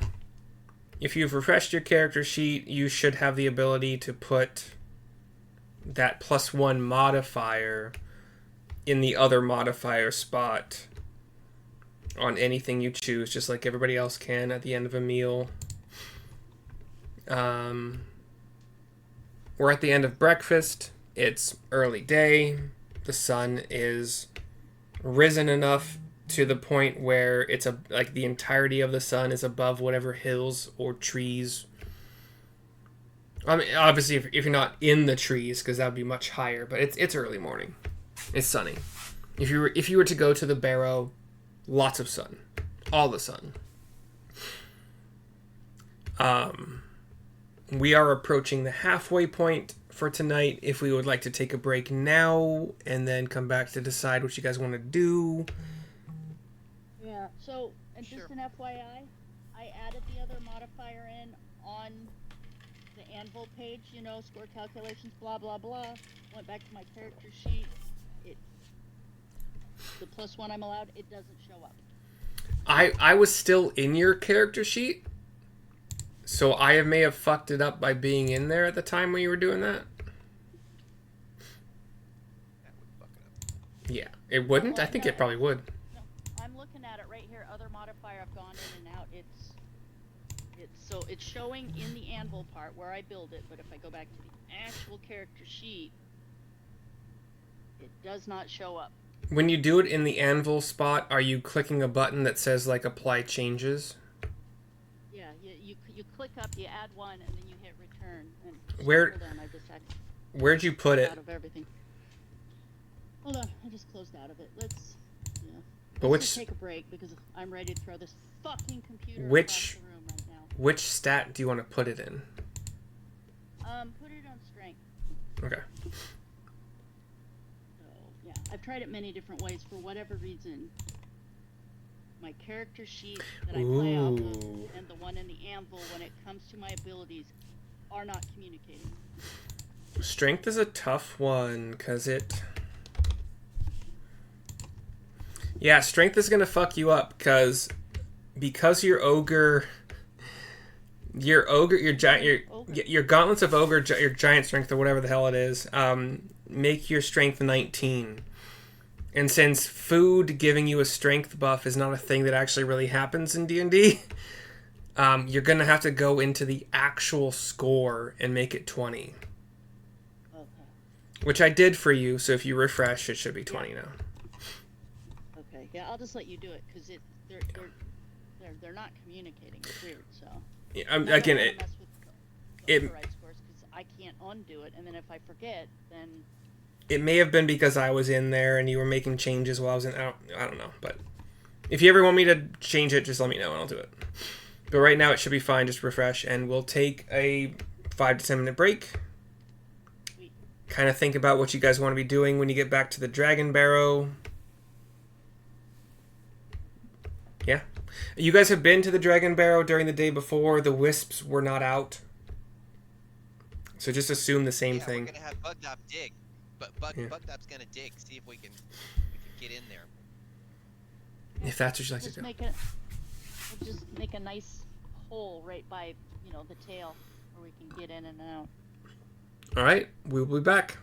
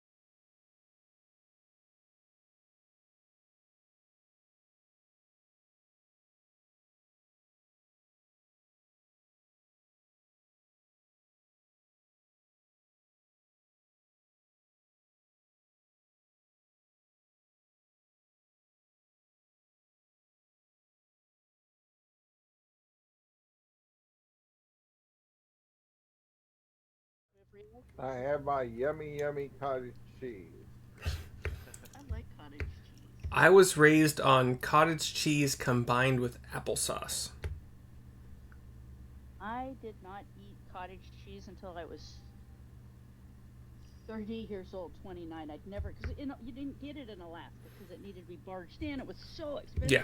So I'd never had it. And you get a little older, you don't think. And I remember I tried it and I thought, oh my God, who invented this stuff? It is fucking magical. I love cottage cheese. No one else had cottage cheese plus applesauce? Um, So Try it. my ex-mother, Fucking good. mother-in-law used to. She's from Washington, and she would only eat when she was feeling fancy. She'd eat canned pineapple with it, but she usually ate unsweetened applesauce with the cottage cheese. And I thought, Yeah. I'm actually gonna have to try that. That Yeah. sounds like one of those weird things. It's probably So, good. my grandma was from Montana. My grandpa, I'm actually not entirely sure where he grew up, but possibly between like the Washington to Montana kind of, that latitude. yeah. But Harvard. yeah, like my mom and dad were the cottage cheese. It's basically like eating cheese with apple. Which is, yeah, a lot of people do that, but it's so good. It's better than you expect. There's a lot of cows over in that area, and there's a lot of apple trees, so it kind Yeah. of is the perfect pairing. Yeah, it's better than you'd expect it to be, but Yeah. Pretty much anything You- with cottage cheese is magical. oh, you said okay. So you were talking about Alaska and getting like shipments up there. This morning when I was talking to I was getting my food prepared for the day for my deliveries and stuff for Uber Eats. My roommate was watching a video on YouTube or something that was about the Panama Canal and how Mexico at one point in time had an east to west railroad system that was before the Panama Canal. So ships would come up, they would unload their and they would ship into But and then Ship it back and forth. that railroad system lost more and more business as the Panama Canal was open, and having a ship go through the canal was better than unloading all of your containers and then loading them back up on the other side. But apparently Mexico is now, as of like 2008, they started trying to have a canal built through Mexico to not rival the Panama Canal, but to like aid it. Because there was a point in time... Yes, there was a point in time where the Panama Canal, like, they had droughts in that area, and they're like, they could usually take like 50 ships a day, and then at some point in time they can only take like 20 or 25, so ships are just waiting. Yeah, and they're backing up, and then Yeah. the cargo's going bad, and it's the Panama Canal. And I knew none of this. Yeah, the Panama Canal, it's been failing for a couple decades. This should have been worldwide news that everybody knows about. But, No, we're hearing about the new TikTok fucking. yeah, Let's all learn bullshit about that. news. Yeah. I know. Like, who cares? But that could explain why, like, a lot of our... Whatever you just said, Justin, was completely muted. Save the Panama Canal. Yeah. Save the Panama Canal. But that could explain why all of our prices have gone up so much for things we buy in the grocery store, because shipping... No, the Panama Canal, though, this has been going on for a couple decades. I'm sure it doesn't Okay. help it, and it's a good excuse, but if you Sure. really look at the economics of it, I really view it as it's easy to hide behind, but this has been going on for a significant amount of time. So I'm not a conspiracy theorist, but I think there's a lot of greed going on and a lot of tomfuckery, and then they have subsidies on some things and then they don't on other things, and just it's like end stage capitalism. And I'm not a conspiracy theorist at all. It's just this is what happens when the rich get richer and then The excuses getting deeper. The video made it seem like the number of ships that were allowed through the Panama Canal, like 4 to 5 years ago, it was reduced by half. And that was also kind of around the time that prices started to go up, but the timing could have been wrong. 2020 during the pandemic, it wasn't really until 2022, 2023 where things just absolutely went up on average 23 to 67%. Yeah. That's a solid 2 years after that True. the number was halved, and because the perishable nature of most of the things that went up, the dairy, the eggs, all that stuff, these are perishable items, so there is not a 24-month lag time. True. Like I said, in general, maybe for some canned goods, blah blah blah, but this war in Ukraine's not helping, because like 70% of like Russia or Europe's grain or whatever comes from the Ukraine, and so now that's putting a strain on. But no, yes, there's a strain, but yes, I think there's also some tomfuckery going on. Just my opinion. Yeah. And, Apparently. and yes, the Panama Canal is not helping, but I think it's an excuse. Apparently, Nicaragua also wanted to do something like a canal through it. Yeah. Makes sense. Other people want their own canals. Yeah, but the trouble is down there is like it's so rife with corruption, and it's dangerous, and it's like no ship. It's like going along the Somalia coast at this point. You're taking your life into your own hands. Yeah. They're coming Pirates. Yeah. Nicaragua, because when I was down working at the very bottom of Mexico, there was a huge thing going on where some archaeologists had been killed. I mean, it was this whole thing, and you got guerrillas running around with rifles, just murdering people, and it just doesn't seem like it's much improved. It's better, but it's not awesome.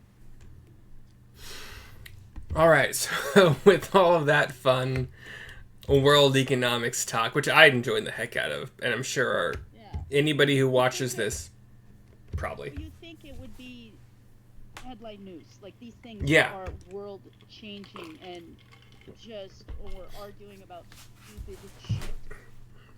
It took some random YouTube video that my roommate happened to come across in the morning to bring my attention to it. And I'm on Twitter like so many times a day, and there's a lot of world news I'm privy to, but not enough. I don't do Twitter. I don't understand it, so I don't use it.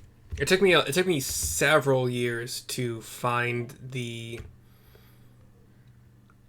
helpful not helpfulness is the wrong word, but like informative. What Twitter could provide. Yeah. But I'm also really slow to jump onto trends, like really, really slow. So, except for Facebook, because Facebook came out when I was literally a freshman in college. That was when it spread to colleges across the U.S. and not just Harvard. Yeah. And it's been around forever. It's only since 2004, when I was a freshman in college. Jesus. Yeah. Like Harvard, it started probably like 2003, and then it spread to other colleges in 2004 when I was a freshman. That's really fascinating to think about. I feel like Facebook's been around forever. Right? Yeah. 20 years is a long time, though. Well, before that, they had MySpace. I never got into it. Yeah. Sure.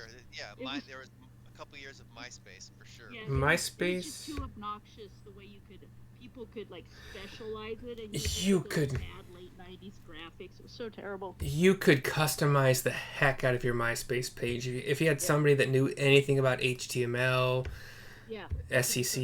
Yeah. Is that the right word? Anyway.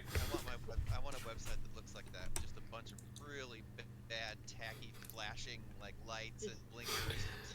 Fuck those people. Late 90s web page design where you, as soon as it loads, you go, ah.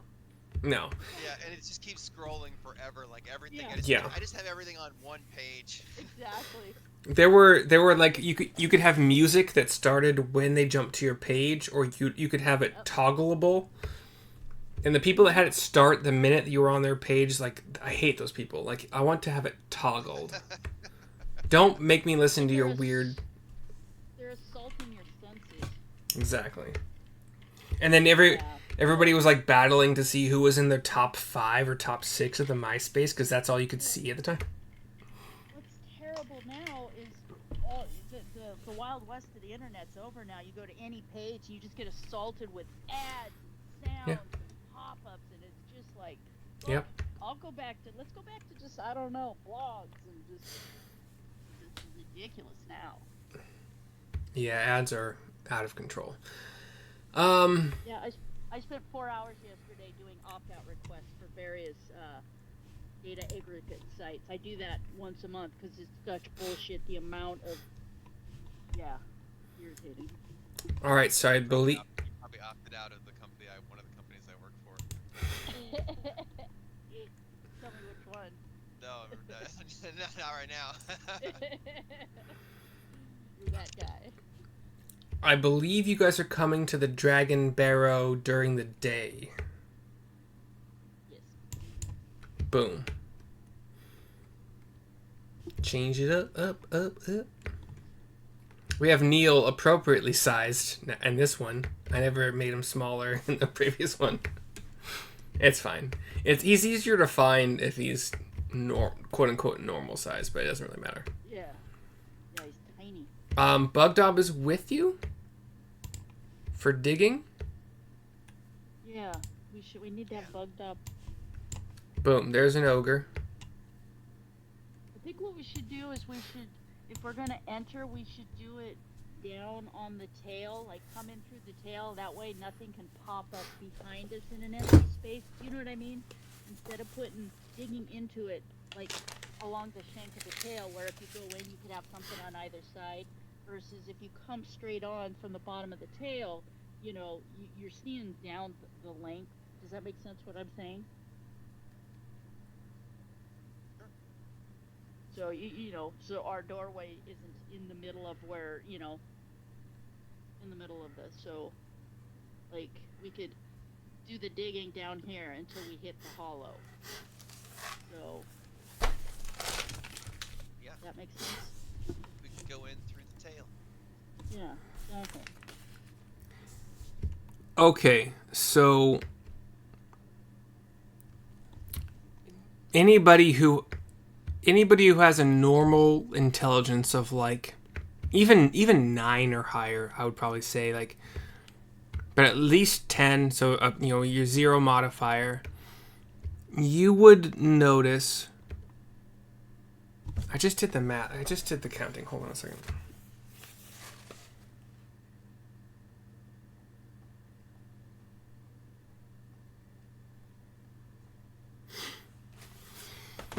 Okay, so you would notice that if you were to start kind of at the flat ground before anything was going up a slope at all, you see these lines in the grass? Mm-hmm. That's about 10 feet in elevation. Contour lines. Yeah, topography right now. So that's about 10 feet. However, this map is not. It's not. Well, it's not So it's perfect. 20 feet high at the apex? It is 30 feet high at the very highest, and that is like. It kind of starts here at this stone at the tail, and it's 30 feet kind of around this area, and definitely in the center here, and definitely all of these wings, it looks like, and you do see the lines of topography going down to 20, 10, whatever.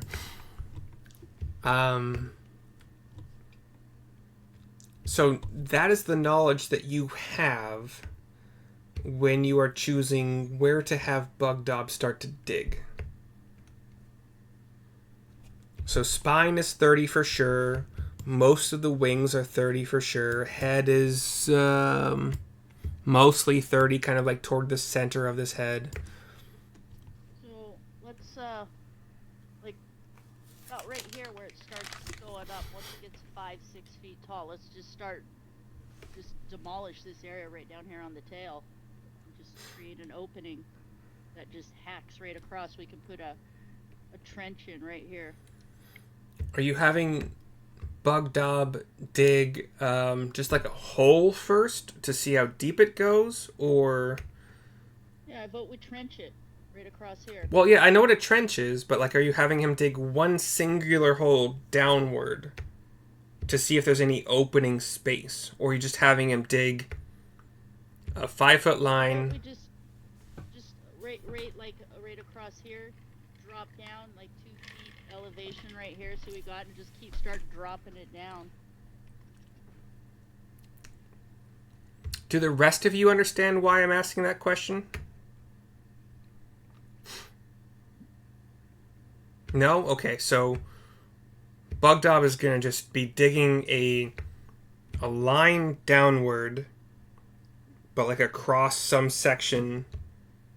Think of it as like he could just take off like a foot, you know, at about a 6-foot length, a foot, and another foot as you go down. That way, God forbid, you come across the sword or something, you find it. So he'll just start excavating down in a trench, you know, one section at a time. We can help him. We can just we can be going through the dirt or something to make sure we don't lose any bones. Or is this red swords. X where he's starting his digging, or is that a bad red X? Like, it should be deleted. That was our original plan. Yeah. So should it be like here-ish instead, or? Right here. Okay. Okay. You get here shortly after breakfast. It ain't too far away. He starts digging. Are you guys helping him dig or just watching him dig? Well, we'll be going through the dirt to make sure that there's no artifacts or anything. Just draw lines on the floor, do an opening. You don't have to do any measurements, so yeah, just go down. Tell him go down about this far at a time, and we'll just be carrying buckets and piling them up. I can just play some music. There you go. You know, I would say Pipes out. Just start playing along. That way I can avoid the work. the length We'll of play the music. the length of a spade would probably be about a foot. Maybe like 9 inches, but let's just say the Bugdob spade is a foot just to make it easier. So as he digs down, scoops up, digs down, scoops up, etc., etc., etc., for as long as you want each line to be. He goes down a foot across a 6 feet expanse, whatever. Nothing. Goes down another foot within that line. Nothing, just more dirt. And stop me when you want to, but he goes down another foot. So we're at 3. Still dirt. 4. One more. Still dirt. And so now we're only about what? 5 feet deep. Above the ground? Still dirt. Yeah, okay. So, okay, well, let's take Bugdob and then we'll go up and, like, maybe right in front of this stone. We'll start right there instead. Okay. On the top of it, or come from the side? No, on top, just a trench across as you go down. Okay. So Bugdob starts at the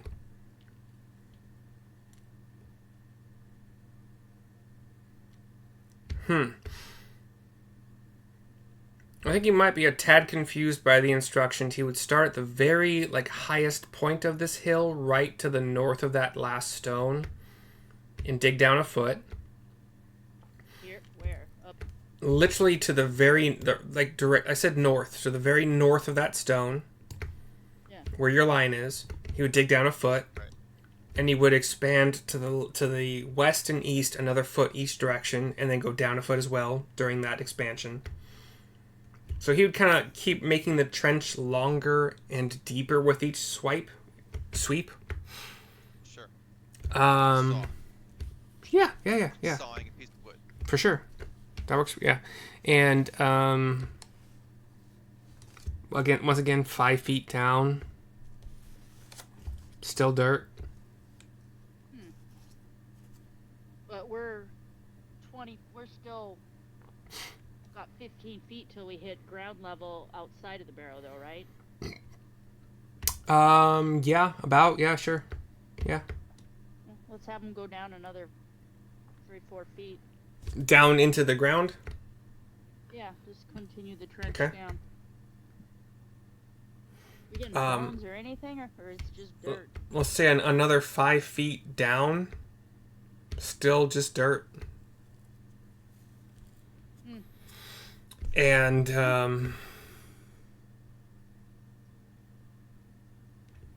we'll say that these 2 lines so far,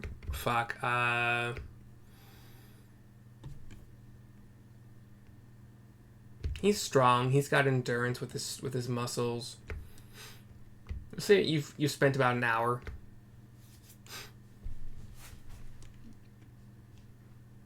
And you're about. We can move up further. Another line.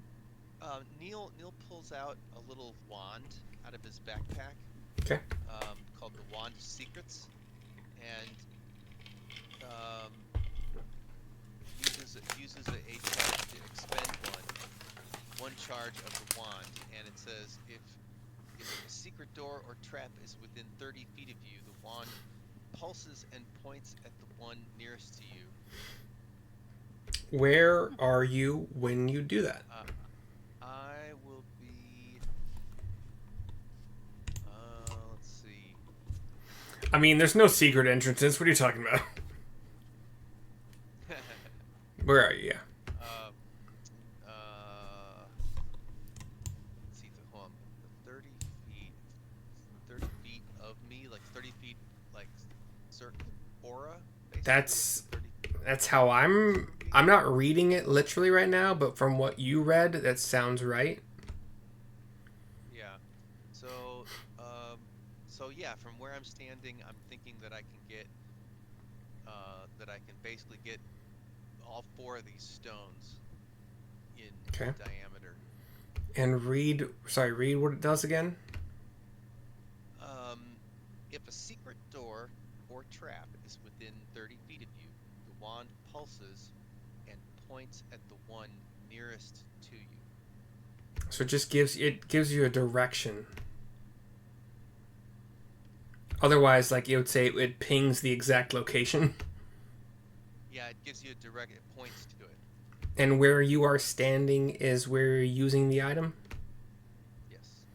Okay. You guys can see when my measuring tool measures stuff, right? Let me test it here in a second. I'm going to test it like to the dragon's to the east wing of the dragon. It's funny.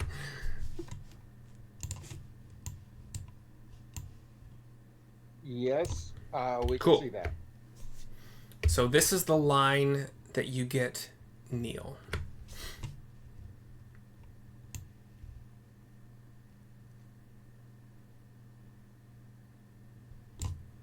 Saw that?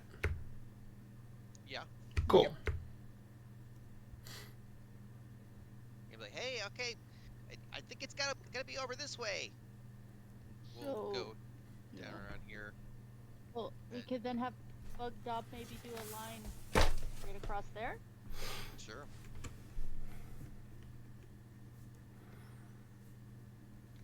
You guys are so cute. All right.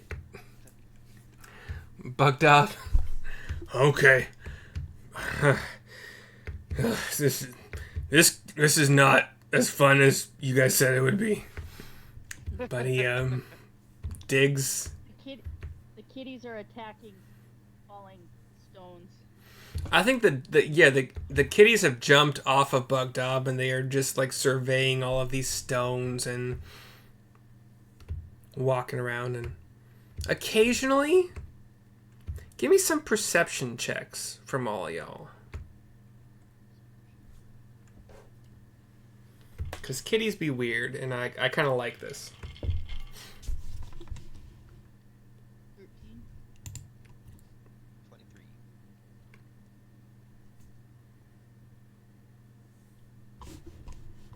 Why am I not seeing your guys' rolls? No idea. The last roll I have was an intelligence check from Sarissa from 45 minutes ago. No, mine. Hold on. Good to me. Rio's and Neil's all showed up. Yeah. For me.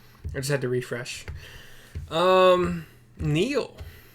Surprisingly, Neil is the one that kind of notices that occasionally, not all the time, but occasionally the kitties will have the hair along their spines stick up. And they'll go like on their like tippy claws. As cats do when they're like, what the fuck is this? Yeah. But it's not in such a way that you can pinpoint like exact locations. It's just, it's like they're getting a feeling. A felining. Nah, that was bad. I'm sorry. So bad. Okay. Anyway, Okay. Bug Dog comes over and starts to dig the trench in the line you have chosen. They're acting weird. Perhaps they're filling those will-o-wisps. Is he only going like 5 feet at a time again? Yeah, we'll have them go down a foot at a time to go. Okay. Find anything? 1 foot, still dirt. 2 feet, still dirt. 3 dirt. 4 dirt. 5 dirt. Yeah, let's have them go like 5 more feet. Find anything? Okay. You're going from there to... Okay, so... Let me figure out a marker thingy here. No, that's the pointer. Dang it. Draw. Draw! So in that little section... In that little section, the blue circles... Once he reaches about 10 feet... which is a number that I made up because this does not give me any indication, but it seems right. Maybe like in this area as well. Like he starts to pierce into hollowness. And when he does so in these 3 little circular sections, they're not circular because he's doing the line, but that's the tool I used to draw. The kitty reactions are even more scaredy cat, and they try to climb up Bug Dob, or they do because he's used to it. We can tell him to stop, and then I vote what we do is we come over. Because obviously it's hollow within, so we could come over and have with Bug Dob and then just start trenching down and focus right along this area, along this way. Because this is right at the head to get into the head. Mm-hmm.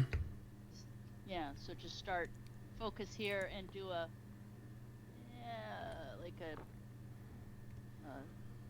northeast or northwest to southeast kind of line right along there, right along the, I guess you could say the side of the dragon's head. Okay, so he's gonna make another trench where that second line is? Well, it's not so much a trench as if this first trench is going to be, wide enough for him to stand in it. So instead of just going along that direction, he's going to turn and start digging out A trench. but widening it just slightly because it's already down so far, so he can just start digging in because you don't want this to cave in on either side, so he's going to have to kind of make more of a U shape.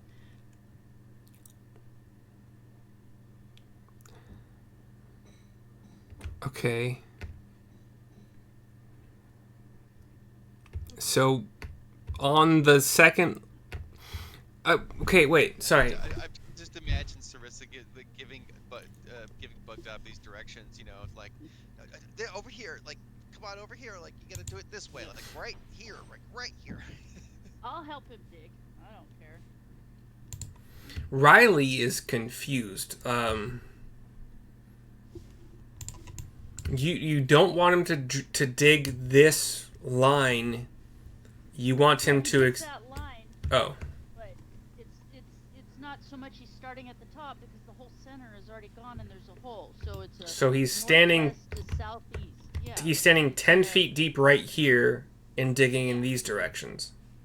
Yeah, he's gonna extend the trench to make it Okay. wide so it doesn't collapse, and then he keeps going. Again, down to- you keep saying you're making when you say you're making the trench wider, I'm thinking you're talking about this trench and making it wider.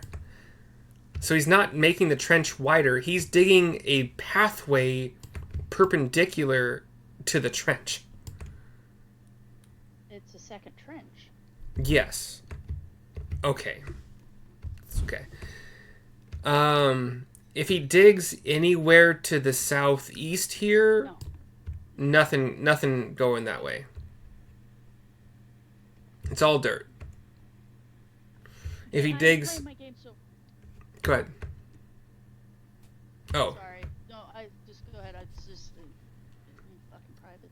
if he digs to the northwest here, he would be digging into more open space. So like, even if he gets like 2 or 3 feet this direction, it's all open space. And he would see. He's not. How tall is Bugdub as an ogre? Isn't he like 9 feet or something? Yeah. So yeah, he would see beyond about 2 to 3 feet in this northwest direction or northwest. He would see another like wall of dirt, 2 to 3 feet in that direction as he's digging. In fact, he actually wouldn't have to dig at all. Once he's down here, he would be able to see there's an open space 3 feet this direction.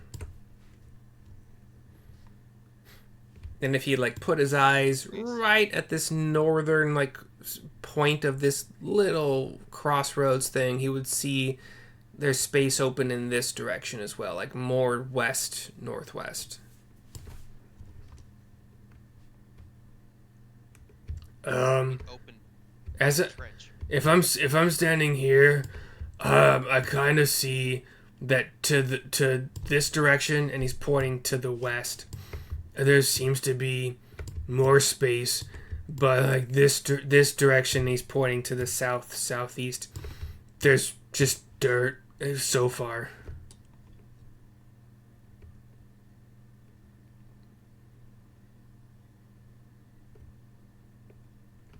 Well, let's dig to the open space so we can crawl down there. The open space. Dig that out so we can go down there. So as it stands currently, this whole southwest to northeast line that he has dug is the he had to fucking make it wide enough for himself to stand in, I guess. So it'd be wide enough for any of you guys to stand in. Right. And it would also, like, this entire section actually probably would. I'm not so sure how dirt works when it doesn't have support from all the other dirt around it, because I've never dug a hole deep. We would have to be shoring it up, otherwise it would just cave in. Yeah, It had an internal structure. there might be a Or cave. unless it was clay. Yeah, Exactly. there, depending on the. He had to dig at least this section big wide enough for himself to like get into and be comfortable and have enough room for a shovel and his elbows and everything to like keep digging in a different direction. So y'all can fit down here, and more than likely, let's say that the roof doesn't collapse, because that would make this harder to adjudicate. This mound, this hill has kept its shape, its formation, and 10 feet down. Oh wait, no, he only dug 10 feet down, didn't he? So, oh yeah, my bad entirely. Everything I just said was wrong. So roughly 10 feet down when this trench is dug, like right here, you would start to see an opening. So if anybody were to get into it, they would just fall into empty space. Or we could do a trench along the front of it and slowly dig down to see, make a bigger opening as we basically faced the open space. Yeah. I don't know what that means. Neil, maybe you can explain it, what I'm trying to say? Well, you're just digging away from the hole. Yeah, you're just kind of digging parallel to it, but you're Okay. facing the wall, so you can expand, you dig deeper, but you're now trenching across where the opening is. So if you can't find the ground.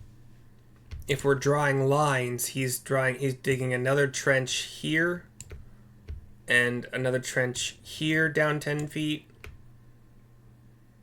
Yeah. Okay. Yeah. That was what I was Okay. thinking. So you are widening the hole, sure.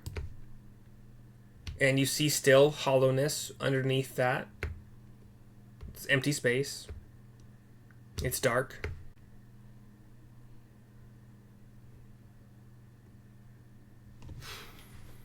Anybody have a torch? Drop a torch in there. Can I fly over there and hover and look inside? Can I see just anything more than just darkness?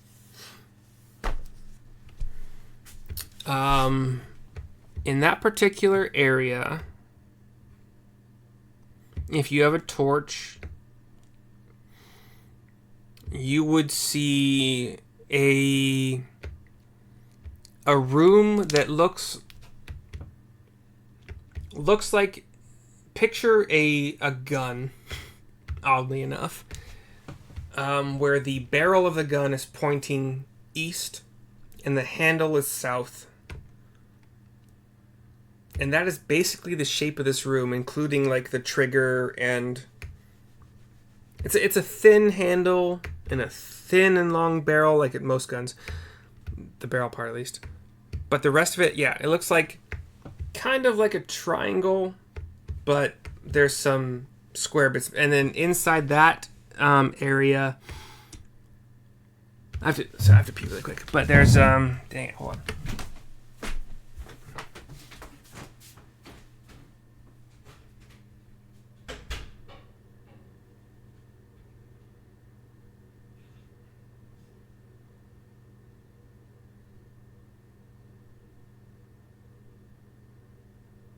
We might need to go spelunking. Yeah. Or we just can have that, or we can have bugged up, dig down, just face the hill, make the opening bigger to see if we can't get closer down to where the floor, depending on how deep the interior is. Right, like how far down is the floor? That's what my next question is. How? Yeah. So if you just keep facing the hill, you could get down, so where it's only a couple foot drop from the bottom of the trench to. If it's a big drop, then it's just like, yeah. Who cares? Let's just jump in. But yeah. Or I can fly down there, but that probably doesn't help anything. So I think if we could open it up, shine a light in there. And then even if it is still quite a drop, we could at least set up a rope system or something to get in and out easily, or a ladder. Yeah. Right, tie it around one of these rocks. Mm-hmm. Quickly build a ladder. You can just get in and out. Something.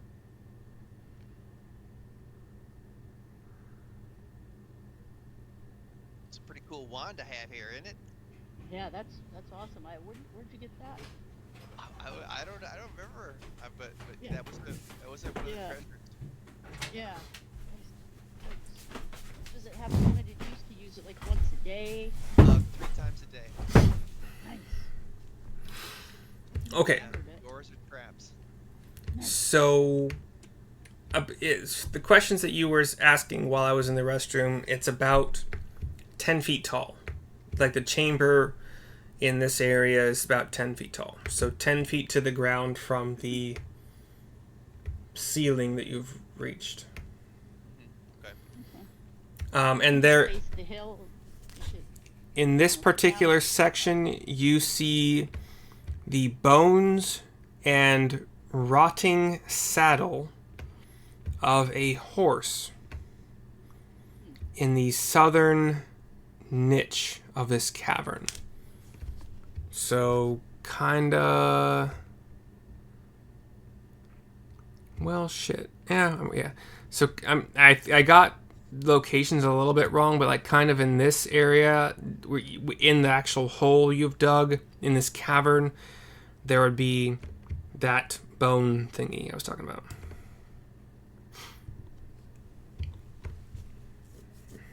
Or the bones of the horse in a riding saddle. Neil would yell, it's definitely a burial ground. Yeah. Oh, I don't know. It's creepy. Yeah. Let's have Bugdog dig down about 5-6 more feet, so it's only about 4 feet between the level we're on. We could, like, easily get in and out without having to jump into the dead hole. Okay, so you want... Can Bugdog excavate? Will that make our drop any less than 10 feet if he can excavate a way to do that? Yeah, So- face down the hill. So, yeah, that's what I was about to ask. You want him to kind of like create a... If he starts here and digs to the southwest, he'd be digging into the chamber and only like 5 feet above the floor. Yeah. Making it easy to get in and out for all of you, probably. Yeah. Okay, yeah, no problem. This is cool. This is archaeology. By the way, I heard you guys talking about the Wand of Secrets or whatever it's called and how cool it is. Yeah. I just want to say you ignored it, kind of. Because it told you the direction of a secret door within 30 yards or 30 feet. And I gave you the direction. Yeah. And then we trenched across that direction But- to maximize our ability to find said. But instead of searching for a secret door, you just went 30 feet in the direction of the secret thingy and started digging. Yeah. So you didn't search for a secret door at all. You just, No. we're going to dig this way. We did. Yeah. And got lucky. That's exactly what we did. It's more fun this way. Like, there's a secret door here, guys, but you're just having Bugdob do a fuck ton of manual labor. Bugdob is our new archaeology teammate. We're teaching Bugdob the ways of archaeology. And you're just hoping that he's okay with all of this. Meanwhile, he is growing in resentment. I have a resentment tracker for Bugdob, and it's so high. Yeah, and the kitties are acting weird. The kitties hate everybody except for Bugdob. No, I have no trackers. Unless you really piss Bugdob off, there's probably no tracker. We know who the kitties love. And the DC for finding the secret entrance is not even that high. Anyway. So you have a hobbit entryway dug into this hill. To the south when you enter. And you know what? Do I have shadows for this place? Hold on a second. I think I shadowed it. That's not the right one. It's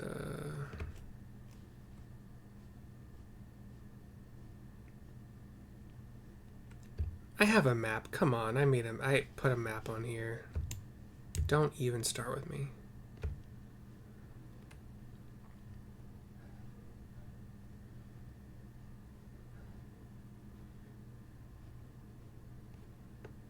No fucking way. I didn't.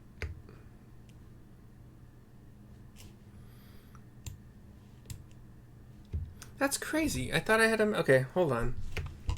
Stupid, man. I'm so annoyed right now. I could have sworn I had a map. Well, okay. You see a chamber, and since you were flying down in it,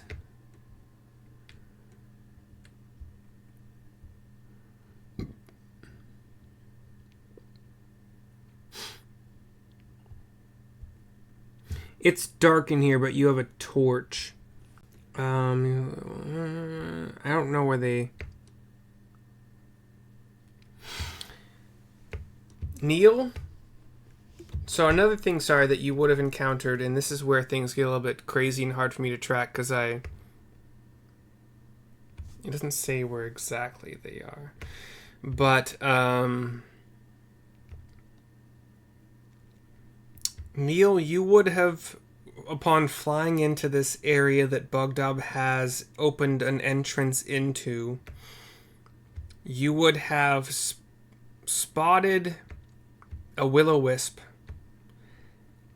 and it would have gone north along a kind of a thin kind of hallway from like the top middle of the barrel of the gun shape thing, that's the gun pointing to the east here and the handle kind of to the south here, and like a little bit of gun, whatever. They would have gone north from the barrel, like this thin hallway, and flown into a stretch to the west, kind of a curving to the west. You would lose sight of it as it moved to the west in that hallway. You...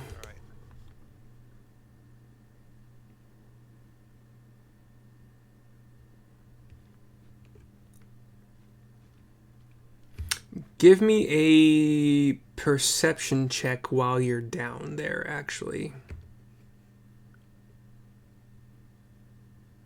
24. Wow, okay. You notice the pathway that it has hovered along. There's actually some, on the ground, there are some rotted wooden planks that are hidden under a thin layer of earth.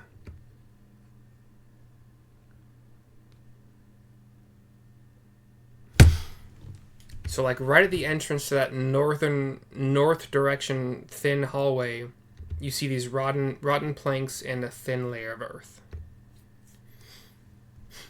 Thin layer of earth, what do you mean?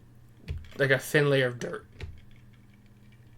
You can see the planks underneath the dirt. You can see they're rotten. So making me think that's a roof of another chamber. You mean? Like, do I think it's like a false floor or a... That's the information you gain from your perception check. What you do with it is up to you. First thing I'm gonna do is be like, hey guys, there's a will-o-wisp down here. He ran away.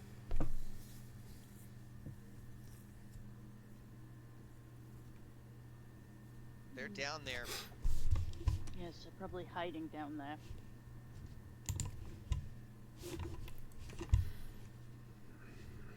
So can we go look above where Neil thinks he sees the wood? Like above ground? Well, it's not above ground. It's like on the ground, right? It's yeah. What I'm seeing is on the ground. It's on the floor in this chamber. Like maybe there's something buried there. Something's either buried there or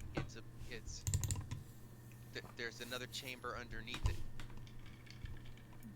I suppose we could just pry up the boards. Yeah, but are you guys ready to get in here and fight these will-o-wisps, or? Yeah, not exactly. We should all go. We should all go at once. Summon a Dawn. Oh, I do have a map. How have I not? Okay. Would you all... I don't know if I've done anything. I have created shadows. Yeah. Okay, so please tell me you guys see, like, nothing. I see a Fuck. circular stairwell. Yeah. in the middle. That was assuming you guys used the door that was hidden. my bad. I did not expect anybody to dig. Alright, cool beans. Let me... Say we pried up the floorboards. They were just right there. I have no idea what you're talking about, but it has nothing to do with... Yeah. So that's not the room we see. Nope. Oh, this isn't the room we're in? Let me make sure I have shadow cutting. I do. Okay, so this should theoretically work. Fuck.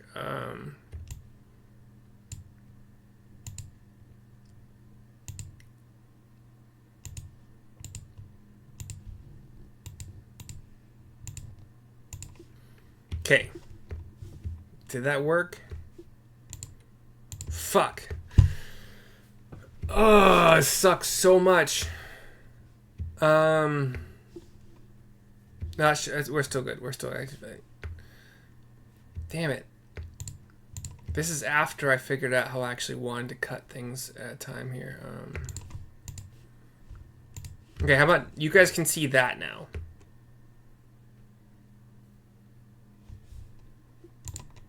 Yeah? Yes. Shape of a gun with a little... Yeah, okay. Yeah. So right about... That's exactly what I was imagining. Yep. Yeah, so right about there is where you saw the yeah, I thought so. The rotted floorboards, the rotted wooden planks, whatever, with the thin layer of dirt over them. There's the and there's the bones that look like a horse with a rotting riding saddle. Yeah, and the will-o-wisp went like this direction, obviously, and we'll say the bug dob dug something in this area that would be your entry point.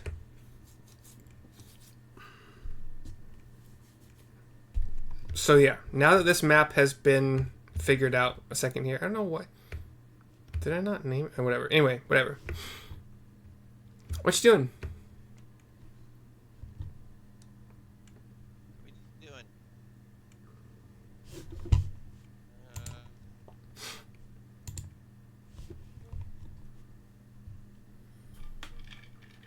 Go down there. Yeah, we can finish making it so we can get in and out easily and shore You up can. and everything. And make up a plan of attack for tonight or whatever. Or we could, if we want to call it dawn and go after will-o-wisps right now. In this area, you can get in and out. No problem. No athletics checks or whatever. You have a pathway in and out.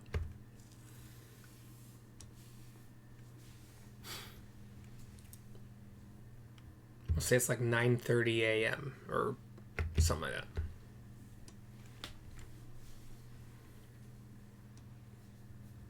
Yeah, I mean, as long as we stick together, because only one of us is gonna have one of us needs a torch, and I don't. Who else has dark vision? I don't have dark vision. Does anybody have dark vision? Sarissa has dark vision, right?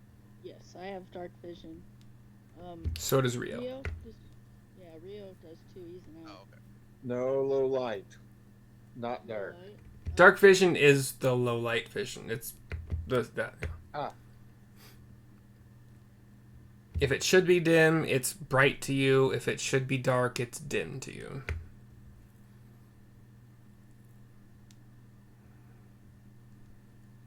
Okay, well, I guess I need a torch.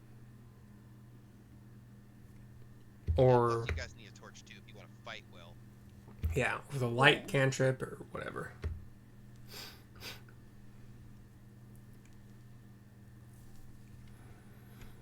Let's see.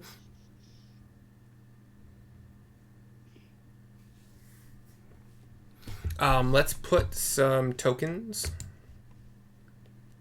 And please be aware of where you are actually with your tokens. Let me open up a little bit more. Fuck.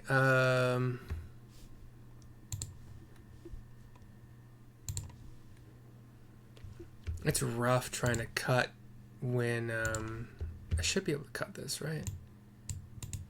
Yeah. If we even have like. Nope, that didn't work. Thaumaturgy, Fuck. so we can make our torches brighter. We could just drop torches along the floor, light the way. Okay, so fog cutting doesn't work when I've already like cut fog into certain things. So there's Sarissa. Rhea, you guys can all see your tokens. Please only move like one space at a time, like every couple seconds. Should we summon it on? Should we summon it on? How about can you hold that action like the second we see a willow wisp? You know, like when you see one, like Sarissa, like as soon as one's coming at us, I would grab my shield of faith. Maybe you could summon a dawn at the same time. Sure, we can make that our first action. Yeah, because Whoa. I figure if they're coming at us, it's probably going to be combat just immediately thereafter. So we'll just get them fired up before we roll initiative. So he's there, and Well, if they surprise us, we may not get to. But yeah, that's true. Okay, can you guys see this rectangle I cut out just to the left? Yes. Okay. I had to enable like multi-layer tool. Fucking stupid. Okay. Cool.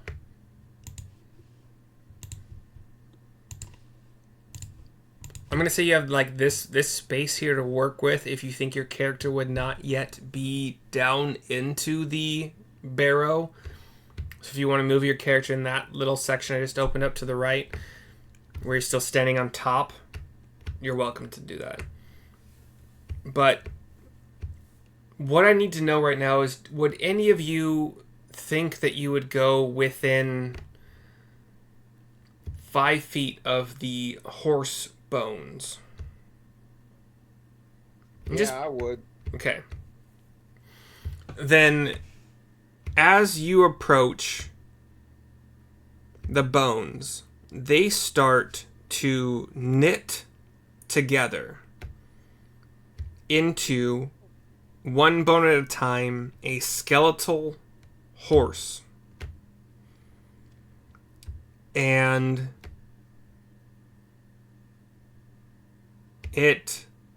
when it's fully formed, it looks toward you,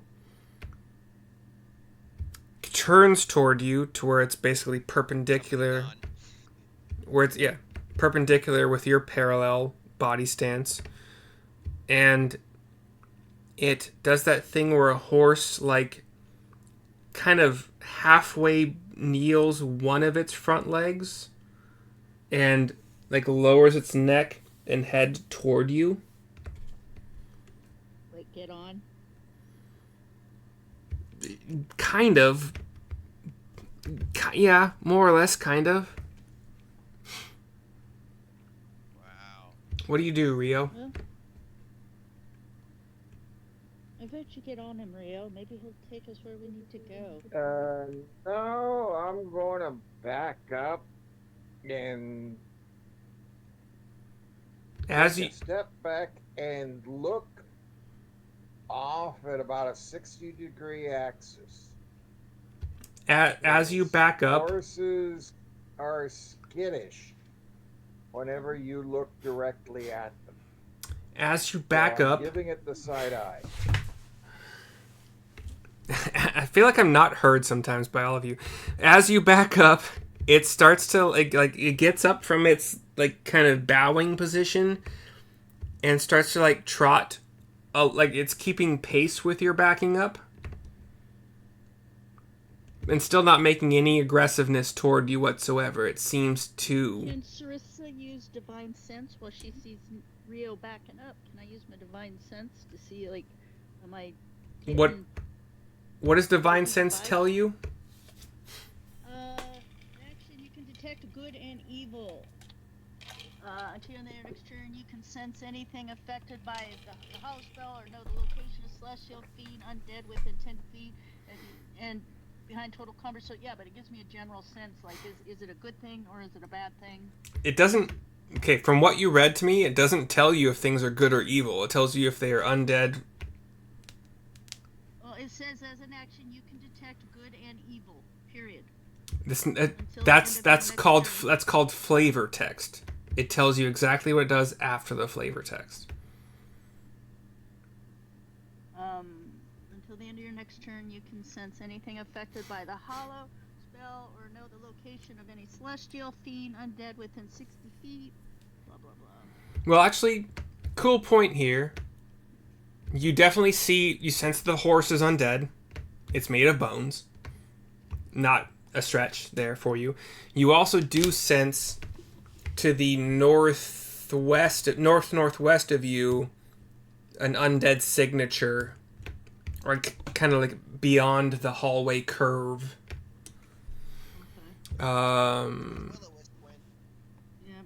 Also, I'm gonna say, even though there's probably more dirt than we've kind of given your undead sense, like we made it bend around corners because I think that's better. You would actually sense in the east northeast direction another undead source. So I think we have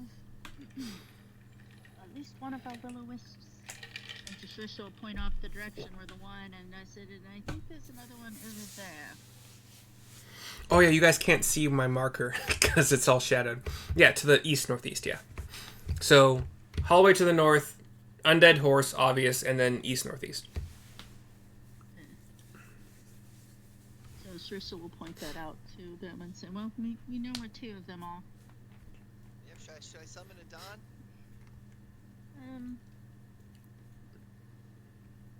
Yes, or are you allowed to hold an action like as you're being attacked? Like that's what's going to happen, or I don't know how it works. I allow the holding of an action to be really vague, so you can decide which way we're going, and you hold just soon as soon as shit seems like it's gonna go sideways, you summon a Dawn, and I'm gonna fire up Shield of Faith, just kind of like as a default. The second, if somebody trips or anything like that, like okay. Well, I'm kind of scared of this horse. I don't know about you. So yeah, we're kind of still in real time here. Rio, what are you doing? The horse seems to be like... I reach into my pack and haul out some sugar. Just a handful of sugar? Yeah, the horse can't eat it, but you don't know that. The ghost horse knows what I'm doing. You're making some assumptions about this ghost horse. He could be eating sugar. You don't know. But we'll find out. I'm assuming that you being a knowledgeable person about wildlife and horses, maybe in particular, you would have the palm, like the curved hand, to prevent you getting bitten as you hold out this treat for the horse. Uh-huh. I've never actually fed a horse, but I've learned that you should probably do that. It sniffs at your hand. And given that this was once a horse of living variety, it licks up the sugar. And it still stands before you. Just like, enamored is the wrong word, but it's like focused or fixated or something along those lines about you, Rio.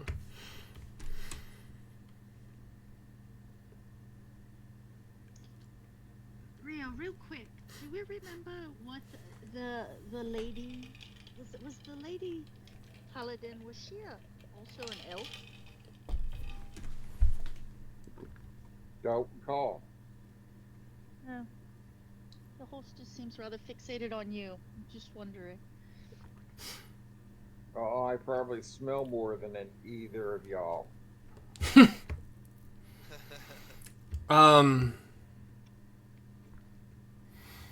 So Rio, you have a steed now. It has the same statistics as a riding horse, except that it is undead. Cool. And it doesn't say this in the book, but if you feel like giving it to someone else, I see no reason to not let that happen. So it's up to you entirely if you would like to keep this as your steed. It's not invulnerable, obviously. It's going to die the same way a horse would die, aside from whatever undead gives to it, but... Anywho, congratulations. Neil has... What's Neil's movement? Sorry. Wait, did I say Neil? I meant Rio. I said Rio, right? That's right. Fuck. And you asked if I might consider having other members of the party ride it. Neil can fly. My speed is 30. It's 30 feet.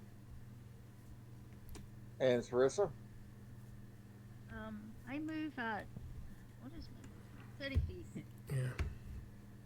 So, I think it would be good to have an undead horse. Uh-huh.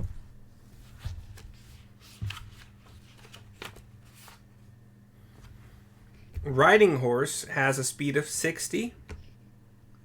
Wow.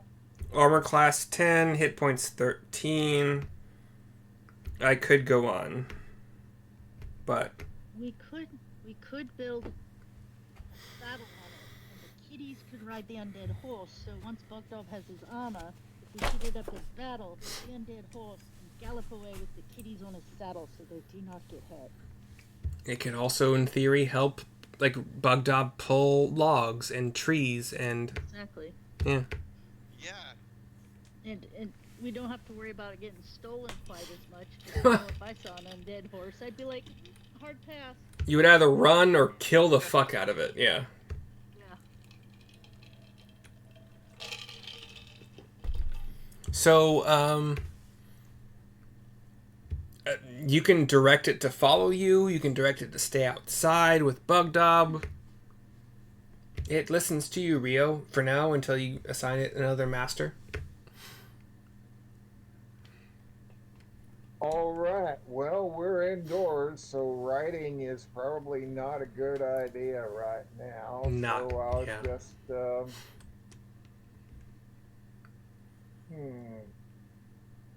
And with make what a hackamore and slip it over the skull of the horse. Riley doesn't know what that means. What's a hackamore? It's like a bridle with no bit. Okay. Does It this doesn't have the mouth piece that goes through it, so they don't have to bite on it. does it blind the horse? Like what does it do? No, it doesn't. It's just a harness. Okay, so it already has the albeit rotting saddle. Do you need the hackamore? It is something beyond a saddle. It's This a head harness. It's a head harness. Goes around their head. You know, you see people leading horses. They Yeah. have a bridle.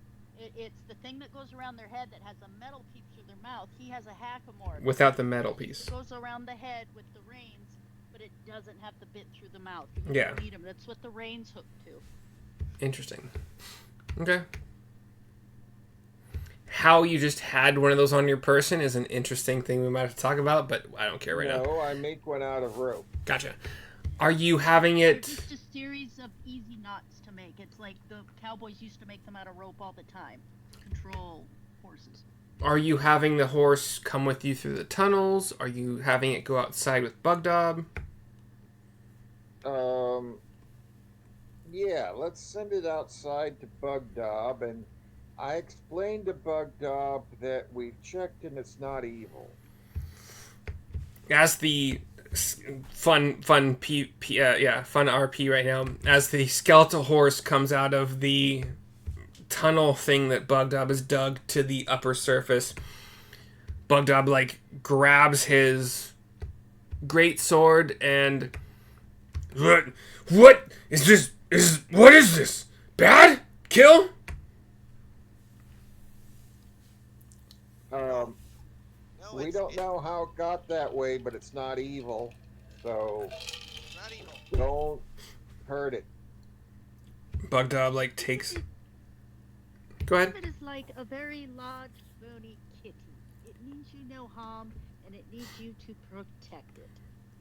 Like a quarter of the way through what Sarissa is saying, he like takes his great sword and he like kind of like gives it a tiny poke, and the horse doesn't really respond because it's made of bones and that's nothing.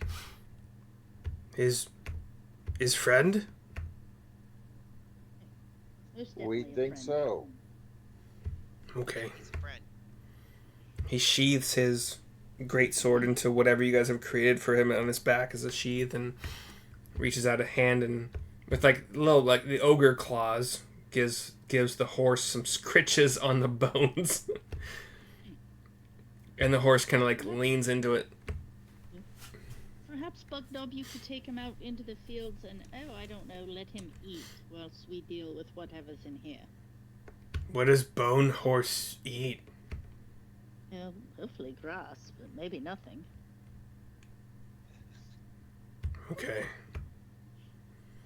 So Bugdob and Horse wander in the daylight in a direction and bond. What are the rest of you doing? Well, I think we should summon a dawn and go fight these will-o-wisps. Yes, probably. Can you see this piece that I just opened? Oh yeah, cool. So this multi-layer thing is working perfectly actually. So yeah, you have two passageways to the north. One seems to bend to the east, and one seems to bend to the northwest. In the northwest, Sarissa sensed undead in basically both directions, if I remember correctly. Yes. basically, yeah. The northwest. I will say, Yeah, go ahead, sorry, yeah. I was going to say, if we do go southeast, that, if we go by the shape outside, should terminate. Versus if we go northwest, that could potentially branch off in many directions. So perhaps we should go southeast first. Northeast, you mean? Northeast, yes. Sure. If that makes Yep. sense. Yeah, let's go that way first. And just deal with what's ever there, and then we can slowly start clearing every room.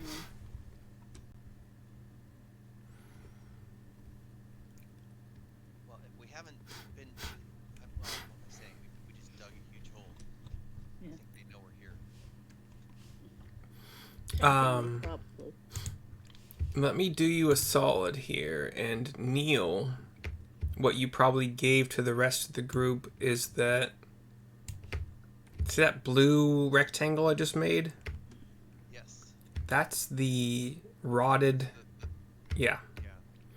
The rotted boards are essentially in the floor, right? Yeah. The floor is made of rotting boards. Here is a problem, maybe. This map is kind of bad, actually. It does not do justice to what the actual map is. So this pathway is actually only 2 feet wide. Okay. Which, hold on.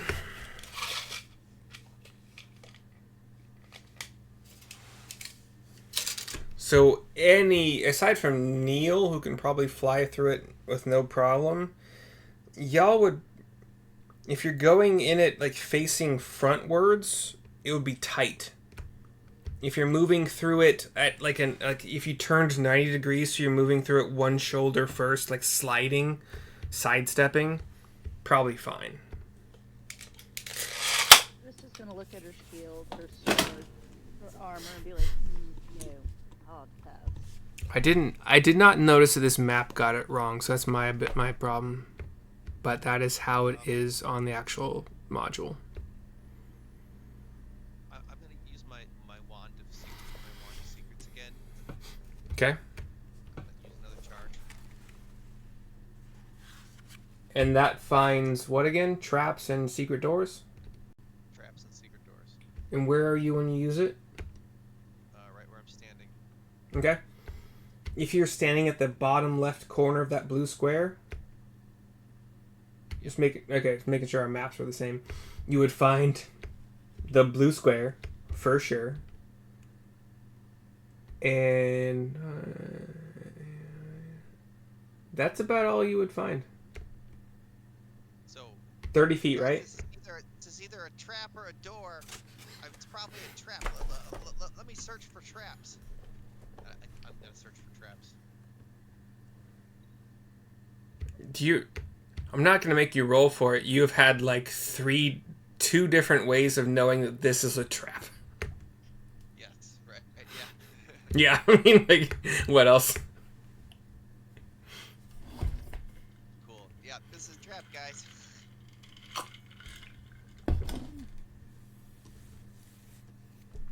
I'm not saying you guys cannot fit through here. I'm just giving you the layout of it. Yeah, let's avoid the trap for now. Unless you want the horse, we can have the horse trigger the trap. No.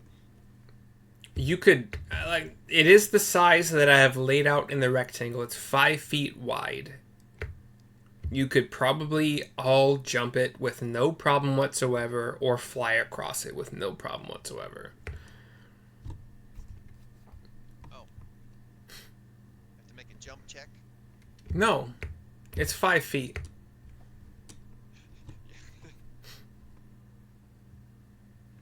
Yeah. I would guess if we can't jump 5 feet, we have no business adventuring. No business being heroes at all. Yeah. Unless you're a wizard, and then maybe it's... Well, then you're gonna die from 1d4 ego damage. Pretty much. So where are we going? What are you doing? No, I'm not going down that tiny, tiny hallway.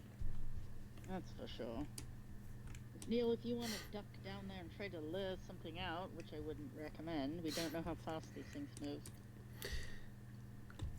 Sarissa, I actually want to give you a thing. If you went first in this hallway, the thin one, the 2 feet wide one, with your shield going first, Yeah. you would get at least +2 AC from half cover, I think.